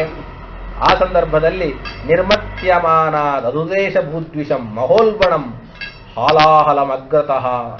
ಆಗ ಮೊದಲು ಬಂದದ್ದು ವಿಷ. ವಿಷ ಬಂದಿದೆ. ವಿಷ ಬಂದಾಗ ಎಲ್ಲರಿಗೂ ಕೂಡ ಭಯ ಪ್ರಾರಂಭ ಆಗಿದೆ. ಏನ್ ಮಾಡೋದು? ವಿಷ ಬಂದ್ಬಿಡ್ತು. ಈ ವಿಷದಿಂದ ನಾವು ಸಂರಕ್ಷಣೆಯನ್ನ ಹೇಗೆ ಮಾಡಿಕೊಳ್ಬೇಕು? ತತಃ ಕರತಲೀಕೃತ್ಯ ಹಾಲಾಹಲ ವಿಷಂ ಪುನಃ ಅಂತ ಒಂದು ಶ್ಲೋಕ ಬರ್ತದೆ. ಅದಕ್ಕೆ ಸತ್ಯಧರ್ಮ ತೀರ್ಥರು ವ್ಯಾಖ್ಯಾನವನ್ನ ಮಾಡ್ತಾರೆ. ಭಾಗವತ ಶ್ಲೋಕದಲ್ಲಿ ಹಾಲಾಹಲಂ ವಿಷಂ ಅಂತ ಎರಡು ಪದ ಇದೆ. ಹಾಲಾಹಲಂ ವಿಷಂ. ಹಾಲಾಹಲಂ ಅನ್ನೋ ಶಬ್ದಕ್ಕೂ ವಿಷ ಅಂತರ್ಥ, ವಿಷಂ ಅನ್ನೋ ಶಬ್ದಕ್ಕೂ ವಿಷ ಅಂತರ್ಥ. ಹಾಗಾದ್ರೆ ಒಂದೇ ಅರ್ಥವನ್ನ ಹೇಳುವಂತಹ ಎರಡು ಪದಗಳ ಅವಶ್ಯಕತೆ ಇಲ್ಲಿತ್ತೆ ಅಂತನ್ನುವ ಪ್ರಶ್ನೆ ಬಂದರೆ ಅದಕ್ಕೆ ಅದರಲ್ಲಿ ವಾಯುದೇವರು ಮೊದಲು ಪ್ರಾಣ ಮಾಡಿಬಿಡ್ತಾರೆ. ಅದು ಭಾಗವತದಲ್ಲಿ ಕಥೆ ಇಲ್ಲ. ಆಚಾರ್ಯರು ಭಾಗವತ ತಾತ್ಪರ್ಯ ನಿರ್ಣಯದಲ್ಲಿ ವೇದದ ಮಾತನ್ನು ಕೊಟ್ಟು ಸಮರ್ಥನೆಯನ್ನು ಮಾಡ್ತಾರೆ. ಅಷ್ಟು ಘೋರವಾದಂತಹ ವಿಷವನ್ನ ರುದ್ರದೇವರು ಕೂಡ ತಡೆದುಕೊಳ್ಳಿಕ್ಕೆ ಸಾಮರ್ಥ್ಯ ಇಲ್ಲ. ವಾಯುದೇವರಿಗೆ ಮಾತ್ರ ಆ ಸಾಮರ್ಥ್ಯ ಇದೆ. ಅದಕ್ಕೆ ವಾಯುದೇವರು ಬಂದು ದೇವತೆಗಳಿಗೆ ಆಗತಕ್ಕಂತಹ ದುಃಖವನ್ನ ತಪ್ಪಿಸುವುದಕ್ಕೋಸ್ಕರವಾಗಿ ಅವರು ಕುಡಿದು ಬಿಡ್ತಾರೆ. ಸ್ವಲ್ಪ ಉಳಿಸಿ ಅದನ್ನ ಮಥನ ಮಾಡಿ ಮಾಡಿ ಮಾಡಿ ಅದರಲ್ಲಿರುವ ಶಕ್ತಿಯನ್ನ ಬಹಳ ಕಡಿಮೆ ಮಾಡಿದ್ರೆ ಎಷ್ಟು ಅಂತ ಹೇಳಲಿಕ್ಕೆ ಸಾಧ್ಯ ಇಲ್ಲ. ಸಣ್ಣ ಮಕ್ಕಳಿಗೆ ಉಣ್ಣಿಸುವಾಗ ಅನ್ನವನ್ನ ಬಹಳ ಮುದ್ದೆಯಾಗಿ ಮಾಡಿ ತಡೀತದೋ ಇಲ್ಲೋ ಅನ್ನುವ ಕಾರಣದಿಂದ ಕೊಡ್ತಾರೆ. ಹಾಗಿದ್ದ ಹಾಗೆ ವಾಯುದೇವರು ರುದ್ರದೇವರಿಗೆ ಮಥನ ಮಾಡಿ ಕೊಡ್ತಾರೆ. ಅದಕ್ಕೆ ಹಾಲಾಹಲಂ ವಿಷಂ. ವಾಯುದೇವರು ಕೊಡದದ್ದು ಹಾಲಾಹಲ, ರುದ್ರದೇವರು ಕೊಡದದ್ದು ವಿಷ. ಅಂದ್ರೆ ಶಕ್ತಿ ಕಡಿಮೆ ಆದ ಮೇಲೆ ಕುಡದದ್ದು ರುದ್ರದೇವರು, ಅದಕ್ಕೆ ವಿಷಂ ಅಂತನ್ನುವ ಪದದ ಬಳಕೆ ಅಂತೆ. ಇನ್ನ ಶಕ್ತಿ ಇದ್ದಾಗಲೇ ಕುಡದದ್ದು, ಹೆಚ್ಚಿಗೆ ಕುಡದದ್ದು ಹಾಲಾಹಲ, ಅದು ವಾಯುದೇವರು. ಆದ್ದರಿಂದ ತತಃ ಅನ್ನೋ ಶಬ್ದಕ್ಕೆ ವಾಯುದೇವರು ಅನ್ನುವ ಅರ್ಥವನ್ನ ಇಟ್ಕೊಳ್ಳಿ. ತತಂ ವೀಣಾದಿವಾದ್ಯೇ ಚ ಪವಮಾನೆ ತತಃ ಪುನಃ. ತತಃ ಅನ್ನೋ ಶಬ್ದ ಪವಮಾನನನ್ನ ಹೇಳ್ತದೆ, ವಾಯುದೇವರನ್ನ ಹೇಳ್ತದೆ. ಆದ್ದರಿಂದ ಭಾಗವತದಲ್ಲಿ ವಾಯುದೇವರು ಅನ್ನೋ ಶಬ್ದ ಬರದೇ ಇದ್ದರೂ ಕೂಡ ತತಃ ಅನ್ನೋ ಶಬ್ದ ಬಂದಿದೆ. ಅದಕ್ಕೆ ಆ ತತಃ ಅನ್ನೋ ಶಬ್ದ ನಮಗೆ ವಾಯುದೇವರ ಸ್ಮರಣೆಯನ್ನ ತಂದುಕೊಡುತ್ತದೆ. ಅಂತಹ ವಾಯುದೇವರು ಮತ್ತು ರುದ್ರದೇವರು ಇಬ್ಬರೂ ಸೇರ್ತಾರೆ. ಇಬ್ಬರೂ ಸೇರಿ ಅಮೃತಪಾನವನ್ನ ಮಾಡಲಿಕ್ಕೆ ಹೊರಟಂತಹ ದೇವತೆಗಳಿಗೆ ಏನು ಒಂದು ವಿಷ ಬಂದುಬಿಡ್ತೋ, ಇನ್ನು ಮುಂದೆ ನಾವೇನು ಮಾಡ್ಲಿಕ್ಕೆ ಸಾಧ್ಯ? ಏನೂ ಮಾಡ್ಲಿಕ್ಕೆ ಸಾಧ್ಯ ಇಲ್ಲ, ಈ ವಿಷದ ಗಾಳಿಗೆ ನಾವೆಲ್ಲರೂ ಕೂಡ ಸತ್ತು ಹೋಗುವುದೇ ಅನ್ನುವ ವಿಚಾರವನ್ನ ಮಾಡಿದಾಗ ಅವರಿಗೆ ಬಂದಂತಹ ದುಃಖವನ್ನ ಇವರಿಬ್ಬರೂ ಕೂಡ ಪರಿಹಾರವನ್ನ ಮಾಡಿಕೊಡ್ತಾರೆ. ಅದಾದ ಮೇಲೆ ಮುಂದೆ ಅನೇಕ ಸ್ತೋತ್ರ ಪ್ರಾರಂಭ ಆಗ್ತದೆ. ರುದ್ರದೇವರನ್ನ ಇಲ್ಲಿ ಮತ್ತೊಂದು ಸ್ತೋತ್ರ. ಅದರ ಸ್ವಾರಸ್ಯ ಏನು ಅಂತಂದ್ರೆ, ಕೈಲಾಸದಲ್ಲಿ ರುದ್ರದೇವರಿರ್ತಾರೆ. ಅವರು ಸಮುದ್ರ ಮಥನಕ್ಕೆ ಬಂದಿಲ್ಲ. ಇಂದ್ರದೇವರಿಂದ ಪ್ರಾರಂಭ ಮಾಡಿಕೊಂಡು ಉಳಿದ ದೇವತೆಗಳು ಮಾತ್ರ ಮಥನ ಕಾರ್ಯದಲ್ಲಿ ತೊಡಗಿದ್ದಾರೆ. ರುದ್ರದೇವರು ವಾಯುದೇವರು ಮಥನ ಕಾರ್ಯದಲ್ಲಿ ತೊಡಗಿಲ್ಲ. ಅದಕ್ಕೆ ರುದ್ರದೇವರನ್ನ ಎಲ್ಲ ಇಂದ್ರಾದಿ ದೇವತೆಗಳು ಪ್ರಾರ್ಥನೆ ಮಾಡ್ತಾರಂತೆ. ಹೀಗೆ ನಮಗೆ ಒಂದು ದೊಡ್ಡ ಕಷ್ಟ ಬಂದು ಒದಗಿದೆ, ನೀವು ನಮ್ಮನ್ನು ಉದ್ಧಾರ ಮಾಡಬೇಕು ಅಂತ. ಆಗ ರುದ್ರದೇವರನ್ನ ಸ್ತೋತ್ರ ಮಾಡ್ತಾರೆ. ರುದ್ರದೇವರನ್ನ ಸ್ತೋತ್ರ ಹೇಗೆ ಮಾಡ್ತಾರೆ ಅಂತಂದ್ರೆ, ಅದು ಬಹುಶಃ ರುದ್ರದೇವರ ಗುಣಗಳು ಅಂತ ಅನ್ಸೋದಿಲ್ಲ, ಎಲ್ಲವೂ ದೇವರ ಗುಣಗಳು ಅಂತ ಅನಿಸ್ತದೆ. ಹಾಗಾದ್ರೆ ದೇವರ ಗುಣಗಳಿಂದ ರುದ್ರದೇವರನ್ನ ಸ್ತೋತ್ರ ಮಾಡೋದು ಹೇಗೆ ಅಂತಂದ್ರೆ, ಇವರು ಸ್ತೋತ್ರ ಮಾಡಿದ್ದು ರುದ್ರಾಂತರ್ಯಾಮಿಯಾದ ಸಂಕರ್ಷಣನನ್ನ. ಅದಕ್ಕೆ ಮಿಶ್ರಸ್ತುತಿ ಅಂತ ಕರೀತಾರೆ ಶಾಸ್ತ್ರದಲ್ಲಿ. ಮಿಶ್ರಸ್ತುತಿ ಅಂದ್ರೆ ರುದ್ರದೇವರನ್ನೂ ವರ್ಣನೆ ಮಾಡೋದು, ಅಂತರ್ಯಾಮಿಯನ್ನೂ ವರ್ಣನೆ ಮಾಡೋದು. ಇದಕ್ಕೆ ಮಿಶ್ರಸ್ತುತಿ ಅಂತ ಕರೀತಾರೆ. ಮಿಶ್ರ ಅಂದ್ರೆ ಎರಡು, ಎಲ್ಲನ್ನ ಮಿಶ್ರ ಮಾಡಿ. ಅಂದ್ರೆ ಅಂತರ್ಯಾಮಿಯನ್ನು ಅಧಿಷ್ಠಾನ ಬೇರೆ, ಅಂತರ್ಯಾಮಿ ಬೇರೆ. ಹೀಗೆ ಅಧಿಷ್ಠಾನವನ್ನೂ ವರ್ಣನೆ ಮಾಡುವ, ಅಂತರ್ಯಾಮಿಯನ್ನೂ ವರ್ಣನೆ ಮಾಡುವ ಸ್ತೋತ್ರವನ್ನ ಮಾಡಿದ್ದಾರೆ. ರುದ್ರದೇವರು ಸಂತೋಷಪಟ್ಟು ಅವರು ಆ ಪಾನವನ್ನ ಮಾಡಿದ್ದಾರೆ ಎನ್ನುವ ಮಾತನ್ನ ನಾವು ಕೇಳ್ತೇವೆ. ಅದಕ್ಕೆ ಒಂದು ಮಾತನ್ನು ನಮಗೆ ಇಲ್ಲಿ ತಿಳಿಸ್ತಾರೆ. ತಪ್ಯಂತೆ ಲೋಕತಾಪೇನ ಸಾಧವ ಪ್ರಾಯಶೋ ಜನಾಃ ಪರಮಾರಾಧನಂ ತದ್ಧಿ ಪುರುಷಸ್ಯ ಅಖಿಲಾತ್ಮನಃ ಅಂತ. ದೊಡ್ಡವರು ಅಂತ ಯಾರಿಗೆ ಕರಿಬೇಕು? ದೊಡ್ಡವರು ಅಂತ ಯಾರಿಗೆ ಕರಿಬೇಕು ಅಂತಂದ್ರೆ, ಮಹಾತ್ಮರು ಅಂತ ಕರಿತೇವೆ, ಇವರನ್ನ ಸಜ್ಜನರು ಅಂತ ಕರಿತೇವೆ.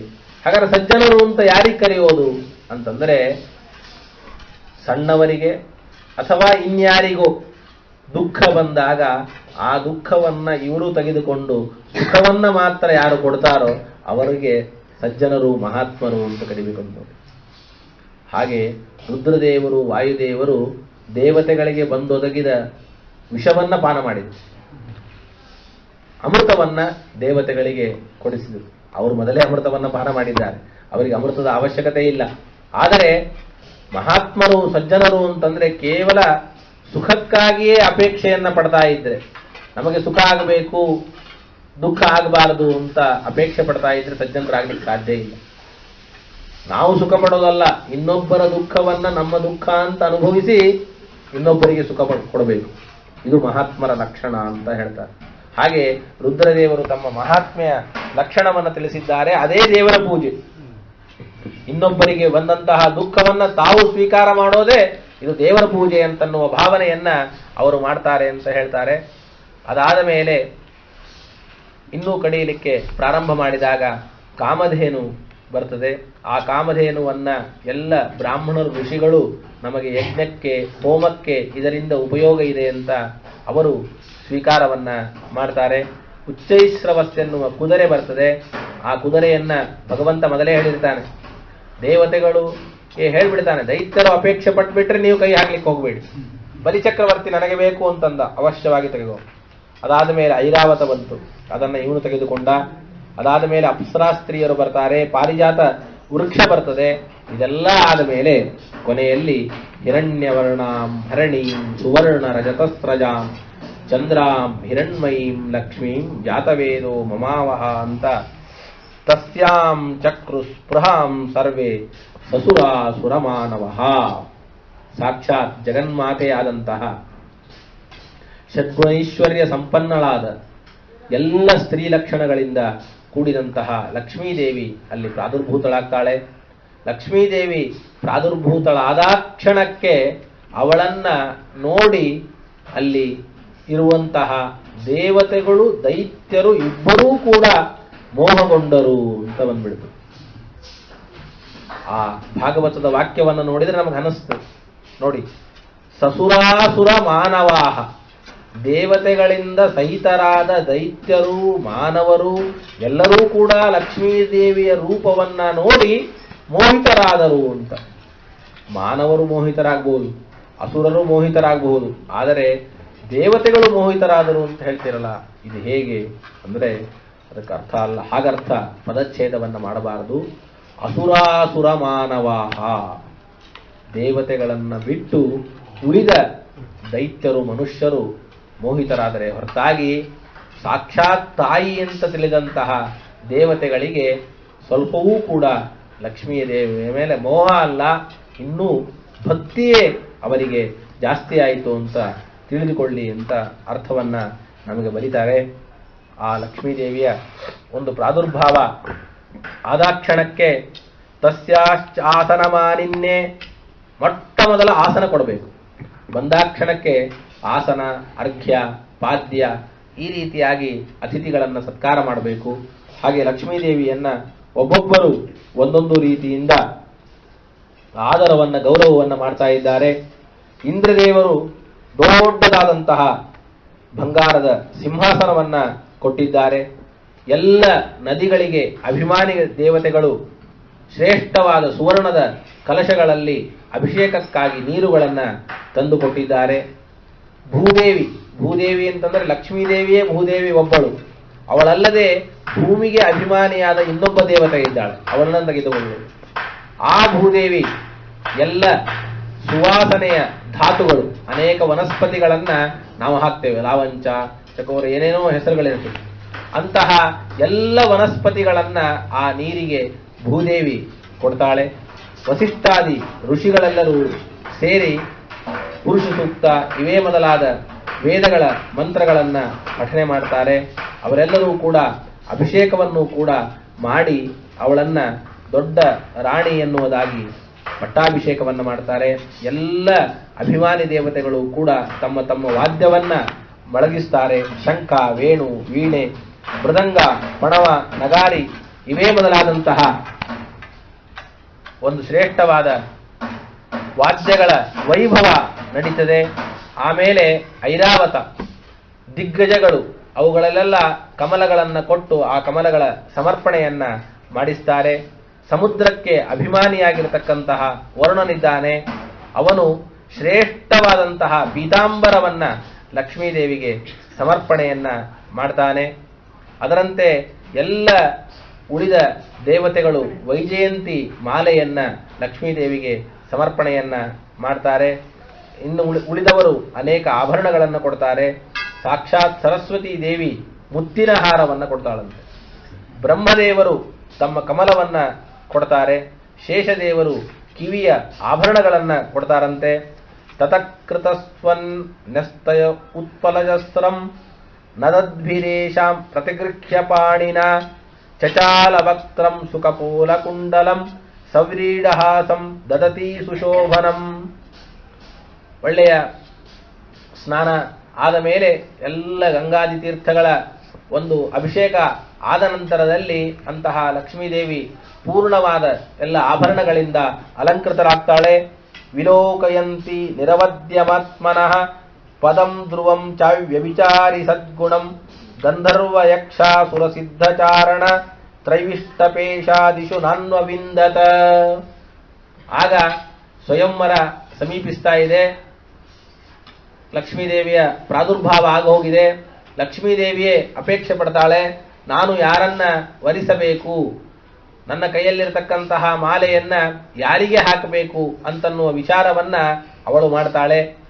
ಹಾಗಾದರೆ ಬ್ರಹ್ಮದೇವರಿಂದ ಪ್ರಾರಂಭ ಮಾಡಿಕೊಂಡು ಮನುಷ್ಯರವರೆಗೂ ಎಲ್ಲರೂ ನಿಂತಿದ್ದಾರೆ.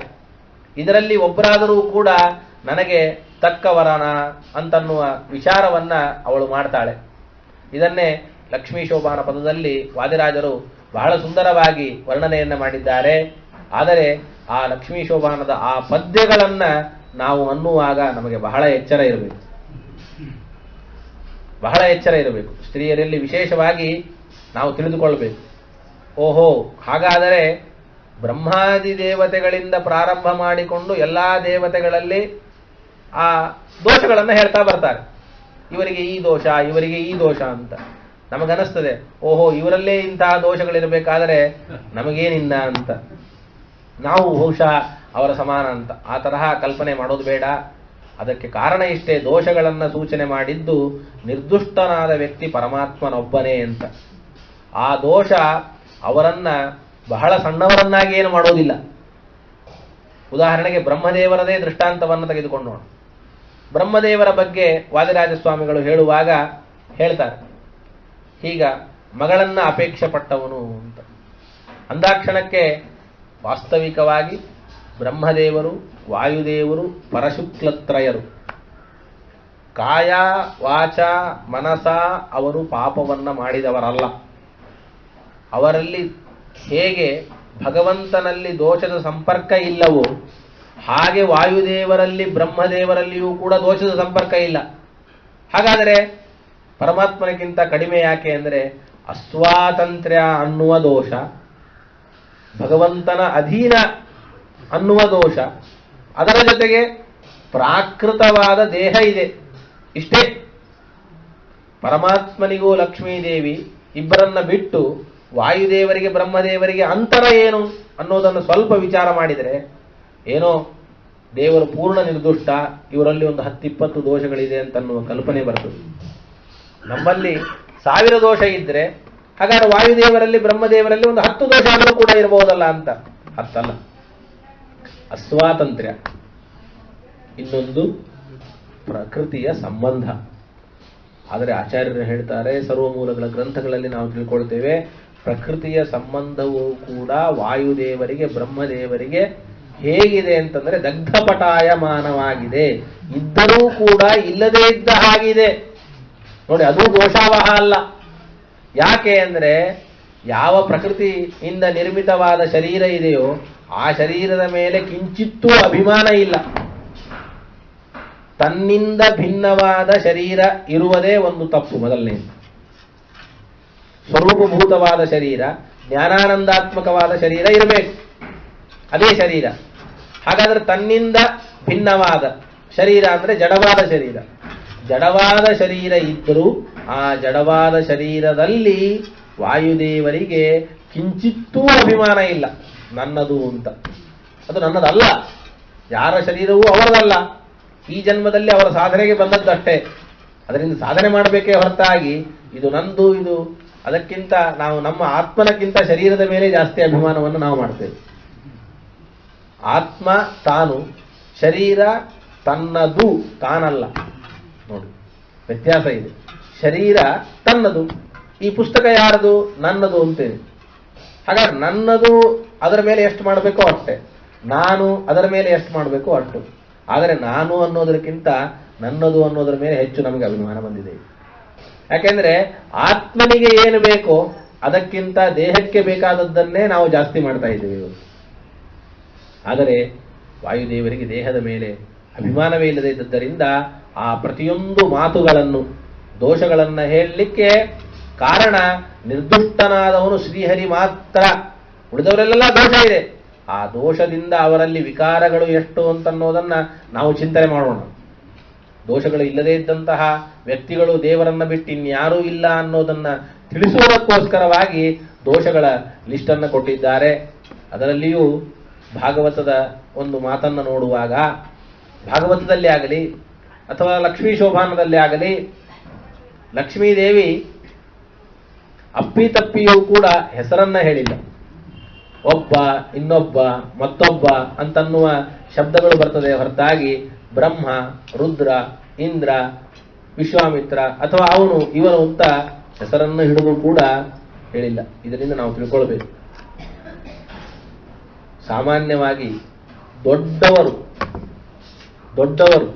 ತಮ್ಮಲ್ಲಿ ಗುಣಗಳಿದ್ದರೂ ಕೂಡ ಹೇಳ್ಕೊಳ್ಳಿಕ್ಕೆ ಹಿಂಜರಿತಾರೆ. ಇನ್ನೊಬ್ಬರ ದೋಷವನ್ನಂತೂ ಹೇಳಲಿಕ್ಕೆ ಹೋಗೋದೇ ಇಲ್ಲ.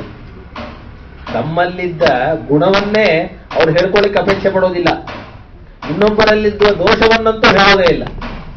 ಆದರೆ ಸಣ್ಣವನು ತನ್ನಲ್ಲಿದ್ದ ದೋಷವನ್ನ ಹೇಳ್ಕೊಳ್ಳಿಕ್ಕೆ ಅಪೇಕ್ಷೆ ಪಡೋದಿಲ್ಲ.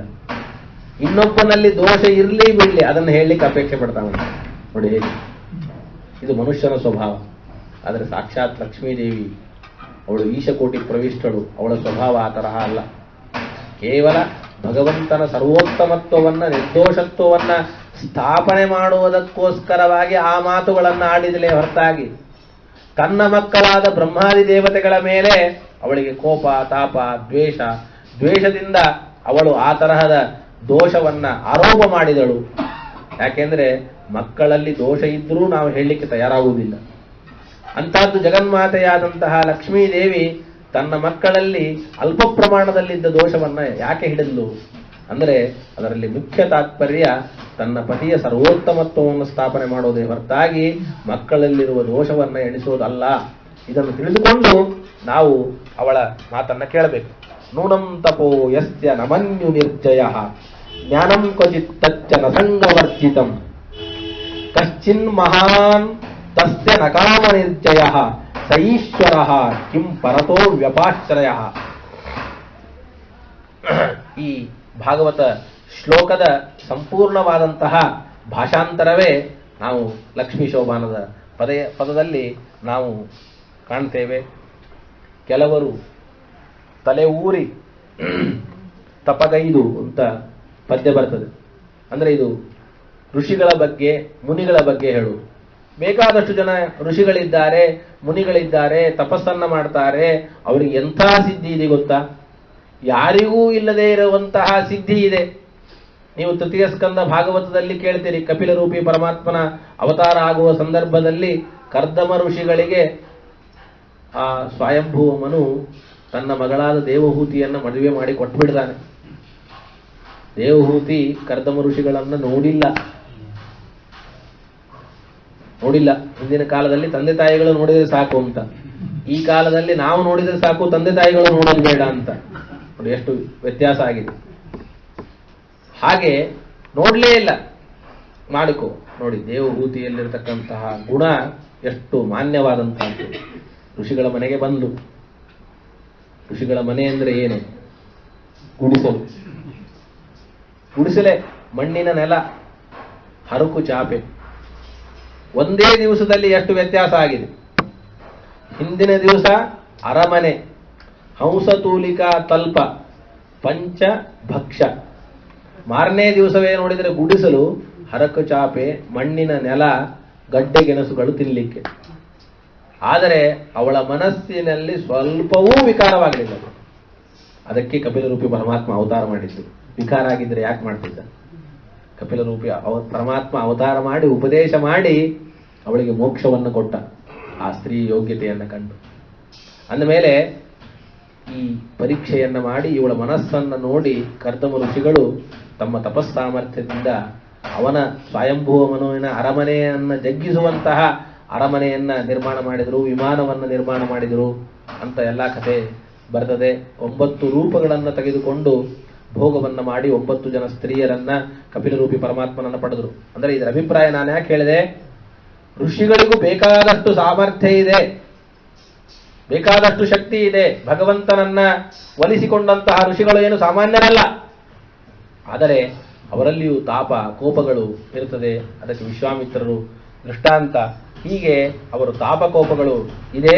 ಅದಕ್ಕೋಸ್ಕರವಾಗಿ ನಾನು ಅವರನ್ನ ಅದಕ್ಕೆ ಜ್ವಲಿಸುವ ಕೋಪದಿ ಶಾಪವ ಕೊಡುವರು ಅವರು. ಅಂದಮೇಲೆ ಅವ್ರ ಜೊತೆಗೆ ಮದುವೆ ಮಾಡಿಕೊಂಡು ದಿವಸ ಶಾಪ ತಗೊಳ್ತಾ ಇದ್ರೆ ನಾನೇನ್ ಮಾಡಲಿ, ಅದಕ್ಕೆ ಬೇಡ ಅಂತ ಲಕ್ಷ್ಮೀದೇವಿ ಆ ಋಷಿಗಳನ್ನ ಮುನಿಗಳನ್ನ ಕೋಪ ಅನ್ನುವ ಒಂದು ದೋಷದಿಂದ ಗುರುತಿಸ್ತಾಳಂತೆ. ಅದರಂತೆ ಬೃಹಸ್ಪತ್ಯಾಚಾರ್ಯರಿದ್ದಾರೆ, ಶುಕ್ರಾಚಾರ್ಯರಿದ್ದಾರೆ, ಇವರೆಲ್ಲರೂ ಕೂಡ ಬೇಕಾದಷ್ಟು ಪಂಡಿತರಿದ್ದಾರೆ, ವಿದ್ವಾಂಸರಿದ್ದಾರೆ. ಆದರೆ ತಮ್ಮ ವಿದ್ಯೆಯನ್ನ ಸರಿಯಾಗಿ ಉಪಯೋಗಿಸಿಕೊಳ್ಳದೆ ಕೇವಲ ಪೌರೋಹಿತ್ಯಕ್ಕಾಗಿ ಅವರು ತಮ್ಮ ಜೀವನವನ್ನ ಮುಡುಪಾಗಿಟ್ಟರು. ಒಬ್ಬರು ದೈತ್ಯರ ಪುರೋಹಿತರಾದರು, ಇನ್ನೊಬ್ಬರು ದೇವತೆಗಳ ಪುರೋಹಿತರಾದರು. ಇವರಿಂದಲೂ ಕೂಡ ನನಗೇನು ಒಂದು ಹೆಚ್ಚಿನ ಉಪಯೋಗ ಇಲ್ಲ. ಇನ್ನು ಯಮಧರ್ಮ ಇದ್ದಾನೆ, ಅವನಿಗೆ ಪ್ರಾಣಿಯ ಮೇಲೆ ಸ್ವಲ್ಪವೂ ದಯೆ ಇಲ್ಲ. ಯಾರನ್ನ ಬೇಕಾದ್ರೆ ಯಾವ ಸಂದರ್ಭದಲ್ಲಿ ಬೇಕಾದ್ರೆ ಹಗಲು ರಾತ್ರಿಯನ್ನು ನೋಡದೇನೆ ಅವನು ಎಳೆದುಕೊಂಡು ಹೋಗ್ತಾನೆ, ಅವನು ಉಪಯೋಗ ಇಲ್ಲ. ಹೀಗೆ ಒಬ್ಬನಲ್ಲಿ ಮಾಂಗಲ್ಯ ಇದೆ, ಶೀಲ ಇದೆ, ಆಯುಷ್ಯ ಇಲ್ಲ. ಒಬ್ಬನಲ್ಲಿ ಆಯುಷ್ಯ ಇದೆ, ಶೀಲ ಮಾಂಗಲ್ಯಗಳು ಇಲ್ಲ. ಹೀಗೆ ಇಂದ್ರ ಚಂದ್ರ ಎಲ್ಲ ದೇವತೆಗಳಲ್ಲಿ ಒಂದಲ್ಲ ಒಂದು ರೀತಿ ದೋಷವನ್ನ ಕಾಣ್ತಾರೆ. ಮಹಾಭಾರತ ನೋಡಬಹುದು, ರಾಮಾಯಣ ನೋಡಬಹುದು. ಯಾವುದೇ ಸಂದರ್ಭದಲ್ಲಿಯೂ ಕೂಡ ಎಲ್ಲ ವ್ಯಕ್ತಿಗಳು ಕೂಡ ದೇವರನ್ನ ವಿರೋಧ ಮಾಡಿದ್ದುಂಟು. ವಾಯುದೇವರನ್ನ ನಿರತೋ ಯದ್ದುರುಕೋದರ, ವಾಯುದೇವರನ್ನ ಬಿಟ್ಟು, ಭೀಮಸೇನ ದೇವರನ್ನ ಬಿಟ್ಟು, ಹನುಮಂತ ದೇವರನ್ನ ಬಿಟ್ಟು ಎಲ್ಲ ವ್ಯಕ್ತಿಗಳು ಕೂಡ ಕೃಷ್ಣಾಭಾವೇ ಮನೋದದುಹು ಅಂತ ಬಲರಾಮನಿಂದ ಪ್ರಾರಂಭ ಮಾಡಿಕೊಂಡು ಎಲ್ಲ ವ್ಯಕ್ತಿಗಳು ಕೂಡ ಭಗವಂತನ ಬಗ್ಗೆ ಒಂದಲ್ಲ ಒಂದು ರೀತಿ ಅಪಚಾರವನ್ನು ಸಲ್ಲಿಸಿದವರೇ. ಆದ್ದರಿಂದ ಎಲ್ಲರಲ್ಲಿಯೂ ದೋಷ ಅಂತನ್ನೋದು ಉಂಟು. ಆದ್ದರಿಂದ ಇಂತಹ ದೋಷವುಳ್ಳ ನ್ಯೂನತೆ ಉಳ್ಳ ವ್ಯಕ್ತಿಗಳನ್ನ ನಾನು ವರಿಸುವುದು ಹೇಗೆ, ಅವರ ಕೊರಳಿಗೆ ಮಾಲೆಯನ್ನ ಹಾಕುವುದು ಹೇಗೆ ಅನ್ನುವ ವಿಚಾರವನ್ನ ಮಾಡ್ತಾ ಇದ್ದಾಳೆ ಲಕ್ಷ್ಮೀದೇವಿ. ಏವಂ ವಿಮೃಶ್ಯಾವ್ಯಭಿಚಾರಿ ಸದ್ಗುಣಂ ಪದಂ ನಿಜೈಕಾಶ್ರಯ ಸದ್ಗುಣಾಶ್ರಯಂ ವೌರೇವರಂ ಸರ್ವಗುಣೈರಪೇಕ್ಷಿತಂ ರಮಾ ಮುಕುಂದಂ ನಿರಪೇಕ್ಷಮೀಪ್ಸಿತಂ. ಹಾಗಾದರೆ ಯಾವ ದೋಷಗಳು ಇಲ್ಲದೆ ಇರುವ ನನಗೆ ಹೊಂದಾಣಿಕೆಯಾಗುವಂತಹ ವ್ಯಕ್ತಿ ಅಂತಂದ್ರೆ ಅವನು ಪರಮಾತ್ಮ ಮಾತ್ರ ಸಾಧ್ಯ. ಪರಮಾತ್ಮನನ್ನ ಬಿಟ್ಟು ಇನ್ಯಾರೂ ಕೂಡ ನಾನು ವರಿಸಲಿಕ್ಕೆ ಯೋಗ್ಯರಾದಂಥವರು ಅಲ್ಲ ಎನ್ನುವ ಒಂದು ನಿರ್ಣಯವನ್ನ ಮಾಡಿದ್ದಾಳೆ. ನಿರ್ಣಯವನ್ನ ಮಾಡಿಬಿಟ್ಟು ಮುಂದೆ ಅವಳು ತನ್ನ ಕೈಯಲ್ಲಿರುವಂತಹ ಶ್ರೇಷ್ಠವಾದಂತಹ ಮಾಲೆ, ಅದು ಆ ಮಾಲೆಯನ್ನ ತೆಗೆದುಕೊಂಡು ಬರ್ತಾ ಇದ್ದಾಳೆ. ಸ್ವಸ್ಯಾಸ್ತ್ರಿಯ ಸ್ತ್ರಿಜಗತೋ ಜನಕೋ ಜನನ್ಯ ವಕ್ಷೋ ನಿವಾಸ ಮಕರೋತ್ ಪರಮಂ ವಿಭೂತೆ ಶ್ರೀ ಸ್ವಪ್ರಜಾ ಸಕರುಣೇನ ನಿರೀಕ್ಷಣೇನ ಯತ್ರ ಸ್ಥಿತೈದಯತ ಸಾಧಿಪತಿಂ ಸ್ತ್ರಿಲೋಕಾನ್ ಅಂತ ಆ ಭಗವಂತ ಯಾವಾಗಲೂ ಕೂಡ ನಿತ್ಯದಲ್ಲಿಯೂ ತನ್ನ ವಕ್ಷಸ್ಥಲವನ್ನೇ ಲಕ್ಷ್ಮೀದೇವಿಗಾಗಿ ಕೊಟ್ಟುಬಿಟ್ಟಿದ್ದಾನೆ. ಅಂತಹ ಆ ಪರಮಾತ್ಮನನ್ನ ಲಕ್ಷ್ಮೀದೇವಿ ಮಾಲೆಯನ್ನ ಹಾಕುವ ಮೂಲಕವಾಗಿ ಅವನನ್ನ ಪರಮಾತ್ಮನನ್ನ ಇವನು ನಿತ್ಯಪತಿ ನನಗೆ ಎನ್ನುವುದನ್ನ ಸೂಚನೆ ಮಾಡಿದ್ದಾಳೆ. ನಿತ್ಯ ದಂಪತಿಗಳು, ಯಾವತ್ತಿಗೂ ಕೂಡ ವಿಯೋಗ ಇಲ್ಲದೆ ಇದ್ದಂತಹ ವ್ಯಕ್ತಿಗಳು ಅಂತಂದ್ರೆ ಲಕ್ಷ್ಮೀನಾರಾಯಣ. ಲಕ್ಷ್ಮಿ ಮತ್ತು ನಾರಾಯಣರಲ್ಲಿ ನಾವು ವಿಯೋಗವನ್ನು ಚಿಂತನೆ ಮಾಡಬಹುದೇ ಹೊರತಾಗಿ ಅವರಲ್ಲಿ ವಿಯೋಗ ಇಲ್ಲ. ರಾಮ ಸೀತೆಯರಲ್ಲಿ, ಕೃಷ್ಣ ರುಕ್ಮಿಣಿಯರಲ್ಲಿ ಎಂದಿಗೂ ವಿಯೋಗ ಇಲ್ಲ.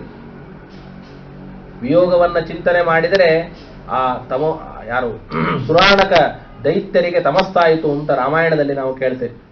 ಸೀತೆ ಮತ್ತು ರಾಮರಿಗೆ ವಿಯೋಗವನ್ನ ಚಿಂತನೆ ಮಾಡಿದ್ದಕ್ಕೆ ಅವರಿಗೆ, ಆದ್ದರಿಂದ ನಾನು ಮೇಲಿಂದ ಮೇಲೆ ರಾಮಾಯಣ ಹೇಳುವಾಗ ಒಂದೇ ಒಂದು ಮಾತನ್ನು ನೆನಪಿಟ್ಟುಕೊಳ್ಳಿ ಅಂತ ಹೇಳ್ತೇನೆ. ಲಕ್ಷ್ಮೀನಾರಾಯಣರ ವಿಯೋಗವನ್ನ ಮಾತ್ರ ಚಿಂತನೆ ಮಾಡತಕ್ಕಂತಹದ್ದು ಸರಿಯಲ್ಲ ಅಂತ. ಕೆಲವರು ಲಕ್ಷ್ಮಿಯನ್ನ ಅಪೇಕ್ಷೆ ಮಾಡ್ತಾರೆ, ಕೆಲವರು ನಾರಾಯಣನನ್ನ ಅಪೇಕ್ಷೆ ಮಾಡ್ತಾರೆ. ಆದರೆ ಲಕ್ಷ್ಮಿಯನ್ನ ಮಾತ್ರ ಅಪೇಕ್ಷೆ ಮಾಡಬಾರದು, ನಾರಾಯಣನನ್ನು ಮಾತ್ರ ಅಪೇಕ್ಷೆ ಮಾಡಬಾರದು. ಲಕ್ಷ್ಮೀ ನಾರಾಯಣ ಇಬ್ಬರನ್ನೂ ಕೂಡ ನಾವು ಅಪೇಕ್ಷೆ ಮಾಡಬೇಕು ಅನ್ನೋದು ರಾಮಾಯಣದ ಸಾರ. ರಾಮಾಯಣದಲ್ಲಿ ಭಾಗವತ ಹೇಳುವಾಗ ರಾಮಾಯಣ ಯಾಕೆ ಹೇಳ್ತೀರಿ ಅಂತ ಕೇಳಬಹುದು. ಎಲ್ಲವೂ ಬರ್ತದೆ ಭಾಗವತದಲ್ಲಿ, ಎಲ್ಲವೂ ಇದೆ. 9ನೇ ಸ್ಕಂದದಲ್ಲಿ ರಾಮಾಯಣ ಇದೆ. 3 ಜನ ಇದ್ದಾರೆ. ಒಬ್ಬಳು ಶೂರ್ಪಣಕಿ, ವಿಭೀಷಣ, ರಾವಣ. ಈ 3 ಜನರನ್ನು ತಲೆಯಲ್ಲಿ ಇಟ್ಕೊಂಡ್ಬಿಡಿ ನೀವು, ಸಾಕು. ಇಟ್ಕೊಂಡ್ರೆ ನಾವು ಲಕ್ಷ್ಮಿಯನ್ನ ಅಪೇಕ್ಷೆ ಮಾಡಬೇಕೋ ನಾರಾಯಣನನ್ನ ಅಪೇಕ್ಷೆ ಮಾಡಬೇಕೋ ಲಕ್ಷ್ಮೀನಾರಾಯಣನನ್ನ ಅಪೇಕ್ಷೆ ಮಾಡಬೇಕು ಅಂತ ನಮಗೇ ಗೊತ್ತಾಗ್ತದೆ. ಶೂರ್ಪಣಕಿ ಅಂದದ್ದು ಏನು? ನನಗೆ ನಾರಾಯಣ ಮಾತ್ರ ಬೇಕು, ರಾಮ ಮಾತ್ರ ಬೇಕು, ಸೀತೆ ಬೇಡ ಅಂತಂದು. ರಾವಣ ನನಗೆ ಸೀತೆ ಮಾತ್ರ ಬೇಕು, ರಾಮ ಬೇಡ ಅಂತ. ವಿಭೀಷಣ ನನಗೆ ಸೀತೆಯೂ ಬೇಕು, ರಾಮನೂ ಬೇಕು ಅಂತ. ಅವರಿಬ್ಬರಿಗೆ ಆದದ್ದು ಏನು, ವಿಭೀಷಣನಿಗೆ ಆದದ್ದು ಏನು ಅಂತ ಅನ್ನೋದು ಗೊತ್ತಿದೆ. ಅದಕ್ಕೋಸ್ಕರವಾಗಿ ನಾವು ಚಿಂತನೆಯನ್ನ ಮಾಡಬೇಕಾದಂತಹದ್ದು ಲಕ್ಷ್ಮೀನಾರಾಯಣರ ನಿತ್ಯ ದಾಂಪತ್ಯ.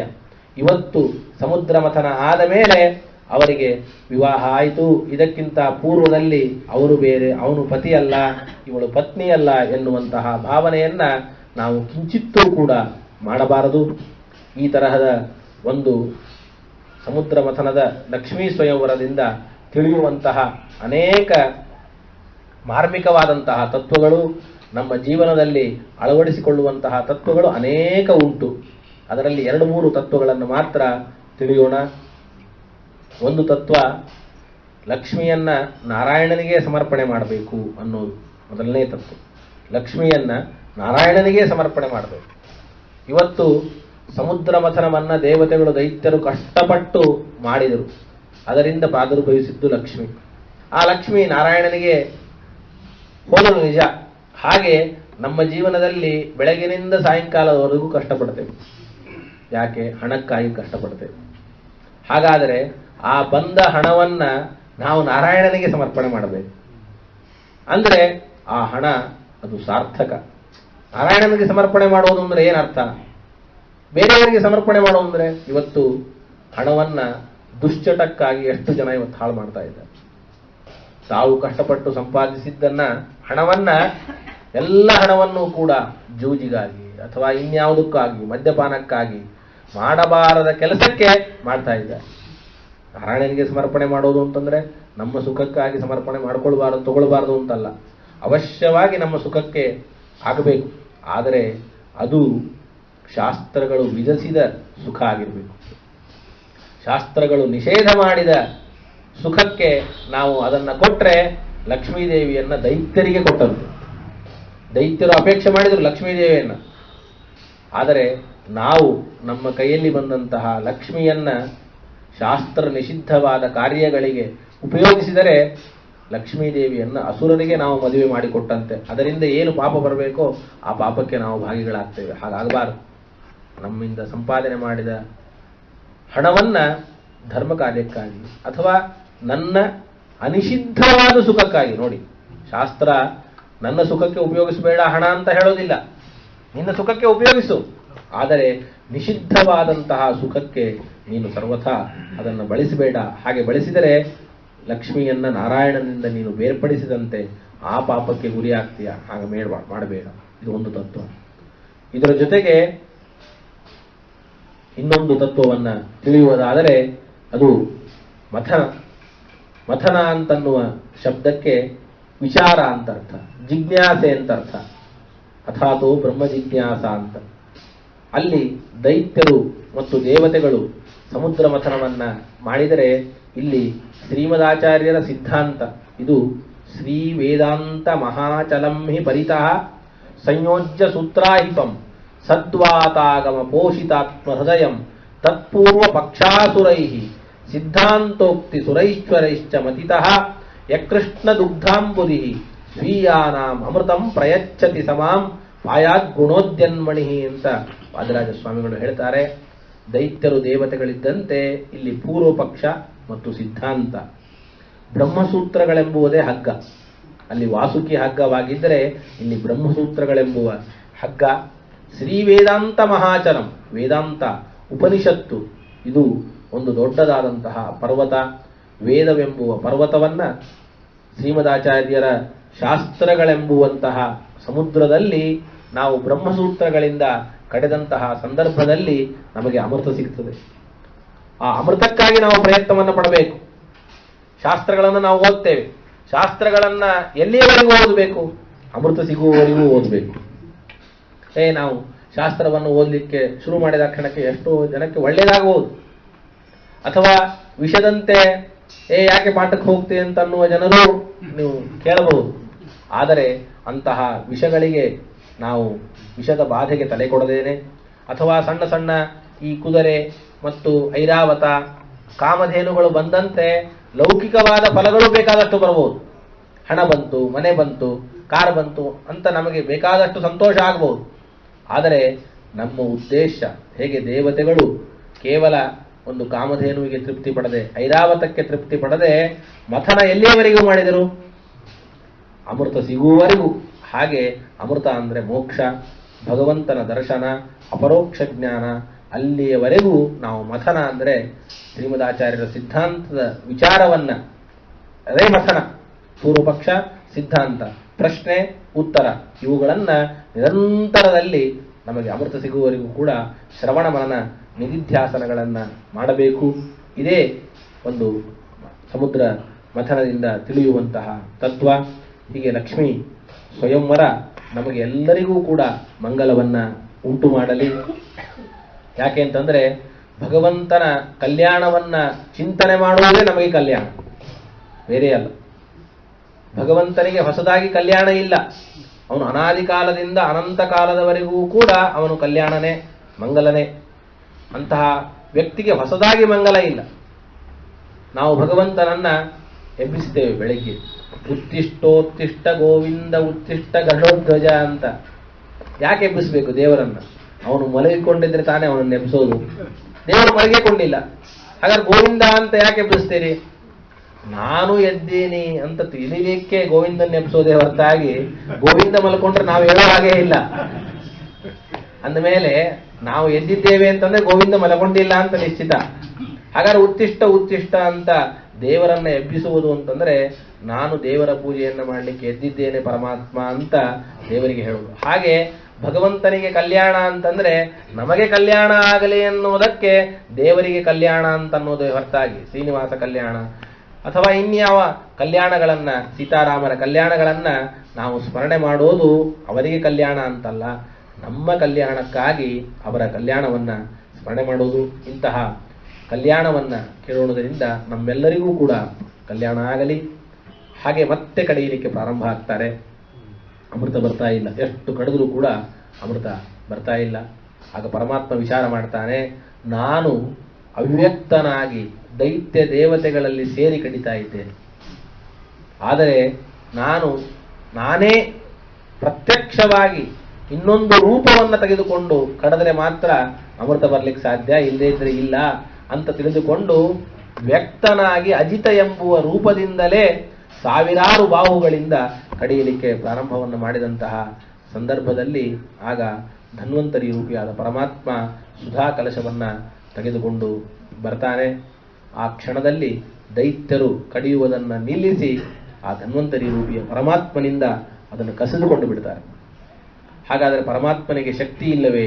ಅದಕ್ಕೆ ಆಚಾರ್ಯರು ಭಾಗವತ ತಾತ್ಪರ್ಯದಲ್ಲಿ ಈ ಮಾತನ್ನ ಹೇಳ್ತಾರೆ. ಸಾಕ್ಷಾತ್ ಧನ್ವಂತರಿ ರೂಪಿ ಪರಮಾತ್ಮ, ಅವನಿಗೆ ದೈತ್ಯರಕ್ಕಿಂತ ಬೇಕಾದಷ್ಟು ಶಕ್ತಿ ಇದೆ, ಅವನು ಕೊಡದೇ ಇರಬಹುದಾಗಿತ್ತಲ್ಲ. ಸತ್ಯಚ್ಯುತಾನ್ ಕಾರಯಿತುಂ ಸಚಕ್ರೇ ಅಂತ ಹೇಳ್ತಾರೆ. ಮೊದಲಿಗೆ ಇಬ್ಬರಿಗೂ ಒಪ್ಪಂದ ಆಗಿತ್ತು, ದೇವರು ತಗೊಂಡು ಬರ್ತಾನೆ, ಅಮೃತ ಬರ್ತದೆ. ಅಮೃತ ಬಂದ ಮೇಲೆ ಆ ಅಮೃತ ಇಬ್ಬರಿಗೂ ಕೂಡ ಸರಿಯಾದ ಹಂಚಿಕೆ ಆಗಬೇಕು. ಯಾರೂ ಅದನ್ನ ಕಿತ್ತಿಕೊಳ್ಳಿಕ್ಕೆ ಹೋಗಬಾರದು, ಎಲ್ಲರಿಗೂ ಸರಿಯಾದ ಹಂಚಿಕೆ ಆಗಬೇಕು ಅನ್ನೋ ಒಂದು ಒಡಂಬಡಿಕೆ ಆಗಿತ್ತು. ಆದರೆ ದೇವತೆಗಳಿಗೆ ಸಿಗಬಾರದು ಅಂತ ಮಾತು ಮುರಿಬೇಕು. ಅದಕ್ಕಾಗಿ ದೇವರು ಕೈ ಬಿಟ್ಟಿದ್ದೇ ಹೊರತಾಗಿ ದೇವರು ಅಶಕ್ತನಾಗಿ ಶಕ್ತಿ ಇಲ್ಲದೆ ಕೈ ಬಿಟ್ಟದ್ದಲ್ಲ ಅಂತ ವಿವರಣೆಯನ್ನು ಆಚಾರ್ಯರು ಕೊಡ್ತಾರೆ. ಆಗ ದೈತ್ಯ ಕೈಯಲ್ಲಿ ಅಮೃತದ ಕಲಶ ಸಿಕ್ಕಂತಹ ಸಂದರ್ಭದಲ್ಲಿ ಮತ್ತೆ ಪರಮಾತ್ಮನಿಗೆ ಈ ವಿಷಯ ಗೊತ್ತಾಗ್ತದೆ. ಆಗ ಪರಮಾತ್ಮ ಮೋಹಿನಿ ರೂಪವನ್ನ ತೆಗೆದುಕೊಂಡು ಆ ಸುಧಾ ಕಲಶವನ್ನ ಅವರಿಂದ ತೆಗೆದುಕೊಳ್ತಾನೆ. ತೆಗೆದುಕೊಂಡು ದೇವತೆಗಳಿಗೆ ಬಡಿಸ್ತಾನೆ, ದೈತ್ಯರಿಗೆ ಬಡಿಸುವುದಿಲ್ಲ. ಅದಕ್ಕೆ ಕಾರಣ ಹೇತ್ವರ್ಥ ಯೋಗಗತಯೋಪಿ ಫಲೇ ವಿಕಲ್ಪಾ ತತ್ರಾಮೃತಂ ಸುರಗಣಾ. ಅದರಲ್ಲಿ ಅಮೃತವನ್ನ ದೇವತೆಗಳ ಗಣ ಹೊಂತು, ಆದರೆ ದೈತ್ಯರು ಹೊಂದಿಲ್ಲ. ಹಾಗಾದರೆ ಅದೇ ದೇಶ, ಅದೇ ಕಾಲ, ಅದೇ ಪ್ರಯತ್ನ ಎಲ್ಲವೂ ಇದ್ದರೂ ಒಬ್ಬರಿಗೆ ಫಲ ಯಾಕಾಗಲಿಲ್ಲ? ಇದು ನಾವು ಚಿಂತನೆ ಮಾಡತಕ್ಕಂತಹ ವಿಷಯ. ಅವರವರ ಮನಸ್ಸಿನ ಭಾವನೆಯಿಂದ ಅವರವರಿಗೆ ಫಲ ಆಗ್ತದೆ. ಅದೇ ದೇಶ ಇರಬಹುದು, ಅದೇ ಕಾಲ ಇರಬಹುದು, ಅದೇ ದೇವಸ್ಥಾನ, ಅದೇ ದೇವರು, ಇಬ್ಬರು ಪ್ರದಕ್ಷಿಣೆಯನ್ನು ಮಾಡಿದ್ದಾರೆ. ಒಬ್ಬರಿಗೆ ಫಲ ಆಯಿತು, ಒಬ್ಬರಿಗೆ ಫಲ ಆಗಲಿಲ್ಲ. ಯಾಕೆ? ಆದರೆ ಆ ಉದ್ದೇಶ ಮನಸ್ಸಿನಲ್ಲಿರ್ತಕ್ಕ ದೈತ್ಯರಿಗೆ ಕೆಟ್ಟದಾಗಲಿ, ಜಗತ್ತಿಗೆ ಕೆಡಕನ್ನ ಬಯಸ್ತಾ ಅವರು ಪ್ರಯತ್ನವನ್ನ ಮಾಡಿದ್ದರಿಂದ ಅವರಿಗೆ ಒಳ್ಳೆಯದಾಗಲಿ. ಆದರೆ ಭಗವದ್ಭಕ್ತಿಯಿಂದ, ಭಗವಂತನ ಮೇಲಿನ ಗೌರವ ವಿಶ್ವಾಸಗಳಿಂದ, ಇನ್ನೊಬ್ಬರಿಗೆ ಹಿತ ಮಾಡಬೇಕು ಅಂತನ್ನುವ ಕಾರಣದಿಂದ, ಸಜ್ಜನರ ರಕ್ಷಣೆಗೋಸ್ಕರವಾಗಿ ಅಪೇಕ್ಷೆಯನ್ನ ಇವರು ಪಟ್ಟಿದ್ದರಿಂದ ಆ ಮಾನಸಿಕವಾದ ಅನುಸಂಧಾನಕ್ಕೆ ಫಲ ನಾನು ಮಾಡಿದ್ದೇನೆ ನಿಜ. ಆದರೆ ಆ ಮನಸ್ಸು ಅಥವಾ ನಮ್ಮ ಉದ್ದೇಶ ಯಾವುದಾಗಿರಬೇಕು. ನಾವು ಯಾವುದೇ ಕರ್ಮವನ್ನು ಮಾಡಲಿ, ಇನ್ನೊಬ್ಬರಿಗೆ ಇದರಿಂದ ಹವನ ಹೋಮಗಳನ್ನು ಮಾಡ್ತಾರೆ. ಅವರಿಗೆ ಕೈ ಬೀಳಬೇಕು, ಕಾಲು ಬೀಳಬೇಕು ಅಂತನ್ನೋ ಉದ್ದೇಶದಿಂದ ಹವನ ಹೋಮಗಳನ್ನು ಇವತ್ತಿನ ಕಾಲದಲ್ಲಿ ವಾಮಾಚಾರ, ಕಾಟಾಚಾರಗಳನ್ನು ಮಾಡ್ತಾರೆ. ಆ ತರಹದ ವಾಮಾಚಾರಗಳನ್ನು ಮಾಡಿದರೆ ಒಂದಲ್ಲ ಒಂದು ದಿವಸ ಅದು ತನಗೆ ಬಂದು ಬಡಿಸದು. ಹೀಗೆ ಯಾವುದೇ ಒಂದು ಪುಣ್ಯ ಕರ್ಮಗಳನ್ನು ಮಾಡುವಾಗಲೂ ಕೂಡ ಇನ್ನೊಬ್ಬರಿಗೆ ಕೆಟ್ಟಾಗಲಿ ಅನ್ನೋ ಉದ್ದೇಶದಿಂದ ಮಾಡಿದರೆ ಯಾವ ಕರ್ಮವೂ ಸಿದ್ಧಿಗೆ ಆಗುವುದಿಲ್ಲ. ಹಾಗೆ ಅಮೃತ ಅಂತನ್ನೋದು ಕೇವಲ ದೇವತೆಗಳು ಮಾತ್ರ ಭಗವಂತನ ಅನುಗ್ರಹದಿಂದ ಸ್ವೀಕಾರವನ್ನ ಮಾಡಿದ್ದಾರೆ. ಅದಕ್ಕೆ ಈ ಕಥೆಯಿಂದ ಒಟ್ಟಾರೆ ತಿಳಿಯತಕ್ಕಂತಹದ್ದು, ದೇವರ ಒಂದು ಸಹಾಯ ಇಲ್ಲದೆ ಯಾವ ಕೆಲಸವನ್ನು ನಾವು ಮಾಡಲಿಕ್ಕೆ ಸಾಧ್ಯ ಇಲ್ಲ. ಕಷ್ಟ ಬಂದಾಗ ಉಪಾಯವನ್ನು ಸೂಚನೆ ಮಾಡಿದ್ದು ದೇವರು, ಪರ್ವತವನ್ನ ತಂದುಕೊಟ್ಟದ್ದು ದೇವರು, ಪರ್ವತವು ಮುಳುಗುತ್ತಾ ಇದ್ದಾಗ ಎತ್ತಿ ಹಿಡಿದದ್ದು ದೇವರು, ಕಡೆಯುವಾಗ ಅವರಲ್ಲಿ ಪ್ರವೇಶ ಮಾಡಿ ಕಡದದ್ದು ದೇವರು, ಆಮೇಲೆ ಪೂರ್ಣವಾಗಿ ಬರದೇ ಇದ್ದಂತಹ ಸಂದರ್ಭದಲ್ಲಿ ತಾನೇ ಅಜಿತನಾಮಕನಾಗಿ ಕಡದದ್ದು ದೇವರು, ಅದಾದ ಮೇಲೆ ಧನ್ವಂತರಿ ರೂಪಿಯಾಗಿ ತಂದುಕೊಟ್ಟದ್ದು ದೇವರು, ಮತ್ತೆ ಕಸಿದುಕೊಂಡು ಹೋದಾಗ ಮೋಹಿನಿ ರೂಪದಿಂದ ತಂದುಕೊಟ್ಟದ್ದು ದೇವರು. ಹಾಗಾದರೆ ಯಾವ ಸಂದರ್ಭದಲ್ಲಿ ದೇವತೆಗಳು ದೇವರ ಉಪಕಾರವನ್ನ ಪಡೆಯಲಿಲ್ಲ? ಹಾಗೆ ಬೆಳಗಿನಿಂದ ಮಾರನೇ ದಿವಸ ಬೆಳಗಿನವರೆಗೂ ನಾವು ಏನು ಕರ್ಮಗಳನ್ನು ಮಾಡ್ತೇವೆ, ಎಲ್ಲಾ ಕರ್ಮಗಳಲ್ಲಿಯೂ ದೇವರ ಉಪಕಾರವನ್ನ ನಾವು ಪಡಿತೇವೆ ಅಂತ ತಿಳಿದುಕೊಂಡ್ರೆ ಪುಣ್ಯ, ಭಗವಂತನ ಅನುಗ್ರಹ. ಪಡೆಯಲಿಲ್ಲ ಅಂತಂದ್ರೆ ದೇವರೇನು ನಮ್ಮ ಮೇಲೆ ಸಿಟ್ಟಿಗೆದ್ದು ನಮಗೆ ಸಹಾಯ ಮಾಡದೇ ಇರಲಾರ ದೇವರು. ಹಾಗೆ ದೇವತೆಗಳು ಪ್ರತಿಯೊಂದು ಸಂದರ್ಭದಲ್ಲಿಯೂ ಕೂಡ ದೇವರ ಉಪಕಾರವನ್ನ ಪಡೆದಂತೆ ನಾವು ಹೆಜ್ಜೆಯನ್ನ ಇಡಬೇಕಾದರೆ, ಮಾತನಾಡಬೇಕಾದರೆ, ಕೇಳಬೇಕಾದರೆ ಪ್ರತಿಯೊಂದು ಸಂದರ್ಭದಲ್ಲಿಯೂ ದೇವರನ್ನ ಬಿಟ್ಟು ನಾವೇನು ಮಾಡ್ಲಿಕ್ಕೆ ಸಾಧ್ಯ? ನಮ್ಮ ಶರೀರದಲ್ಲಿ ತತ್ವಾಭಿಮಾನಿ ದೇವತೆಗಳು, ವಾಯುದೇವರು, ಲಕ್ಷ್ಮೀದೇವಿ, ಪರಮಾತ್ಮ ಇದ್ದರೆ ಮಾತ್ರ ಅವರ ಸಹಾಯದಿಂದ ಜೀವ ಏನಾದರೂ ಮಾಡ್ಲಿಕ್ಕೆ ಸಾಧ್ಯ. ಇಲ್ಲದೇ ಇದ್ರೆ ಏನನ್ನೂ ಕೂಡ ಮಾಡಲಿಕ್ಕೆ ಸಾಧ್ಯ ಇಲ್ಲ. ಅನಂತ ಉಪಕಾರವನ್ನ, ಕ್ಷಣ ಕ್ಷಣಕ್ಕೆ ಅನಂತ ಉಪಕಾರವನ್ನ ಮಾಡುವ ಪರಮಾತ್ಮ, ಅವನ ಸ್ಮರಣೆ ನಮಗೆ ನಿರಂತರದಲ್ಲಿ ಇರಬೇಕು ಅಂತ ಹೇಳ್ತಾ, ನಾಳಿನ ದಿವಸವೇ ಬೇರೆ ಕೆಲಸ ಇದ್ದುದರಿಂದ ಮುಕ್ತಾಯ ಮಾಡಬೇಕಾಗುವಂತಹ ಪ್ರಸಂಗ ಬಂದಿದೆ. ಆದ್ದರಿಂದ ನಾಳಿನ ದಿವಸವೇ ವಾಮನಾವತಾರ, ಮತ್ಸ್ಯಾವತಾರ ಎರಡೂ ಕೂಡ ಮುಕ್ತಾಯವನ್ನು ಮಾಡಿ ಭಗವಂತನಲ್ಲಿ ಸಮರ್ಪಣೆಯನ್ನು ಮಾಡೋಣ. ಶ್ರೀಕೃಷ್ಣಾರ್ಪಣಮಸ್ತು.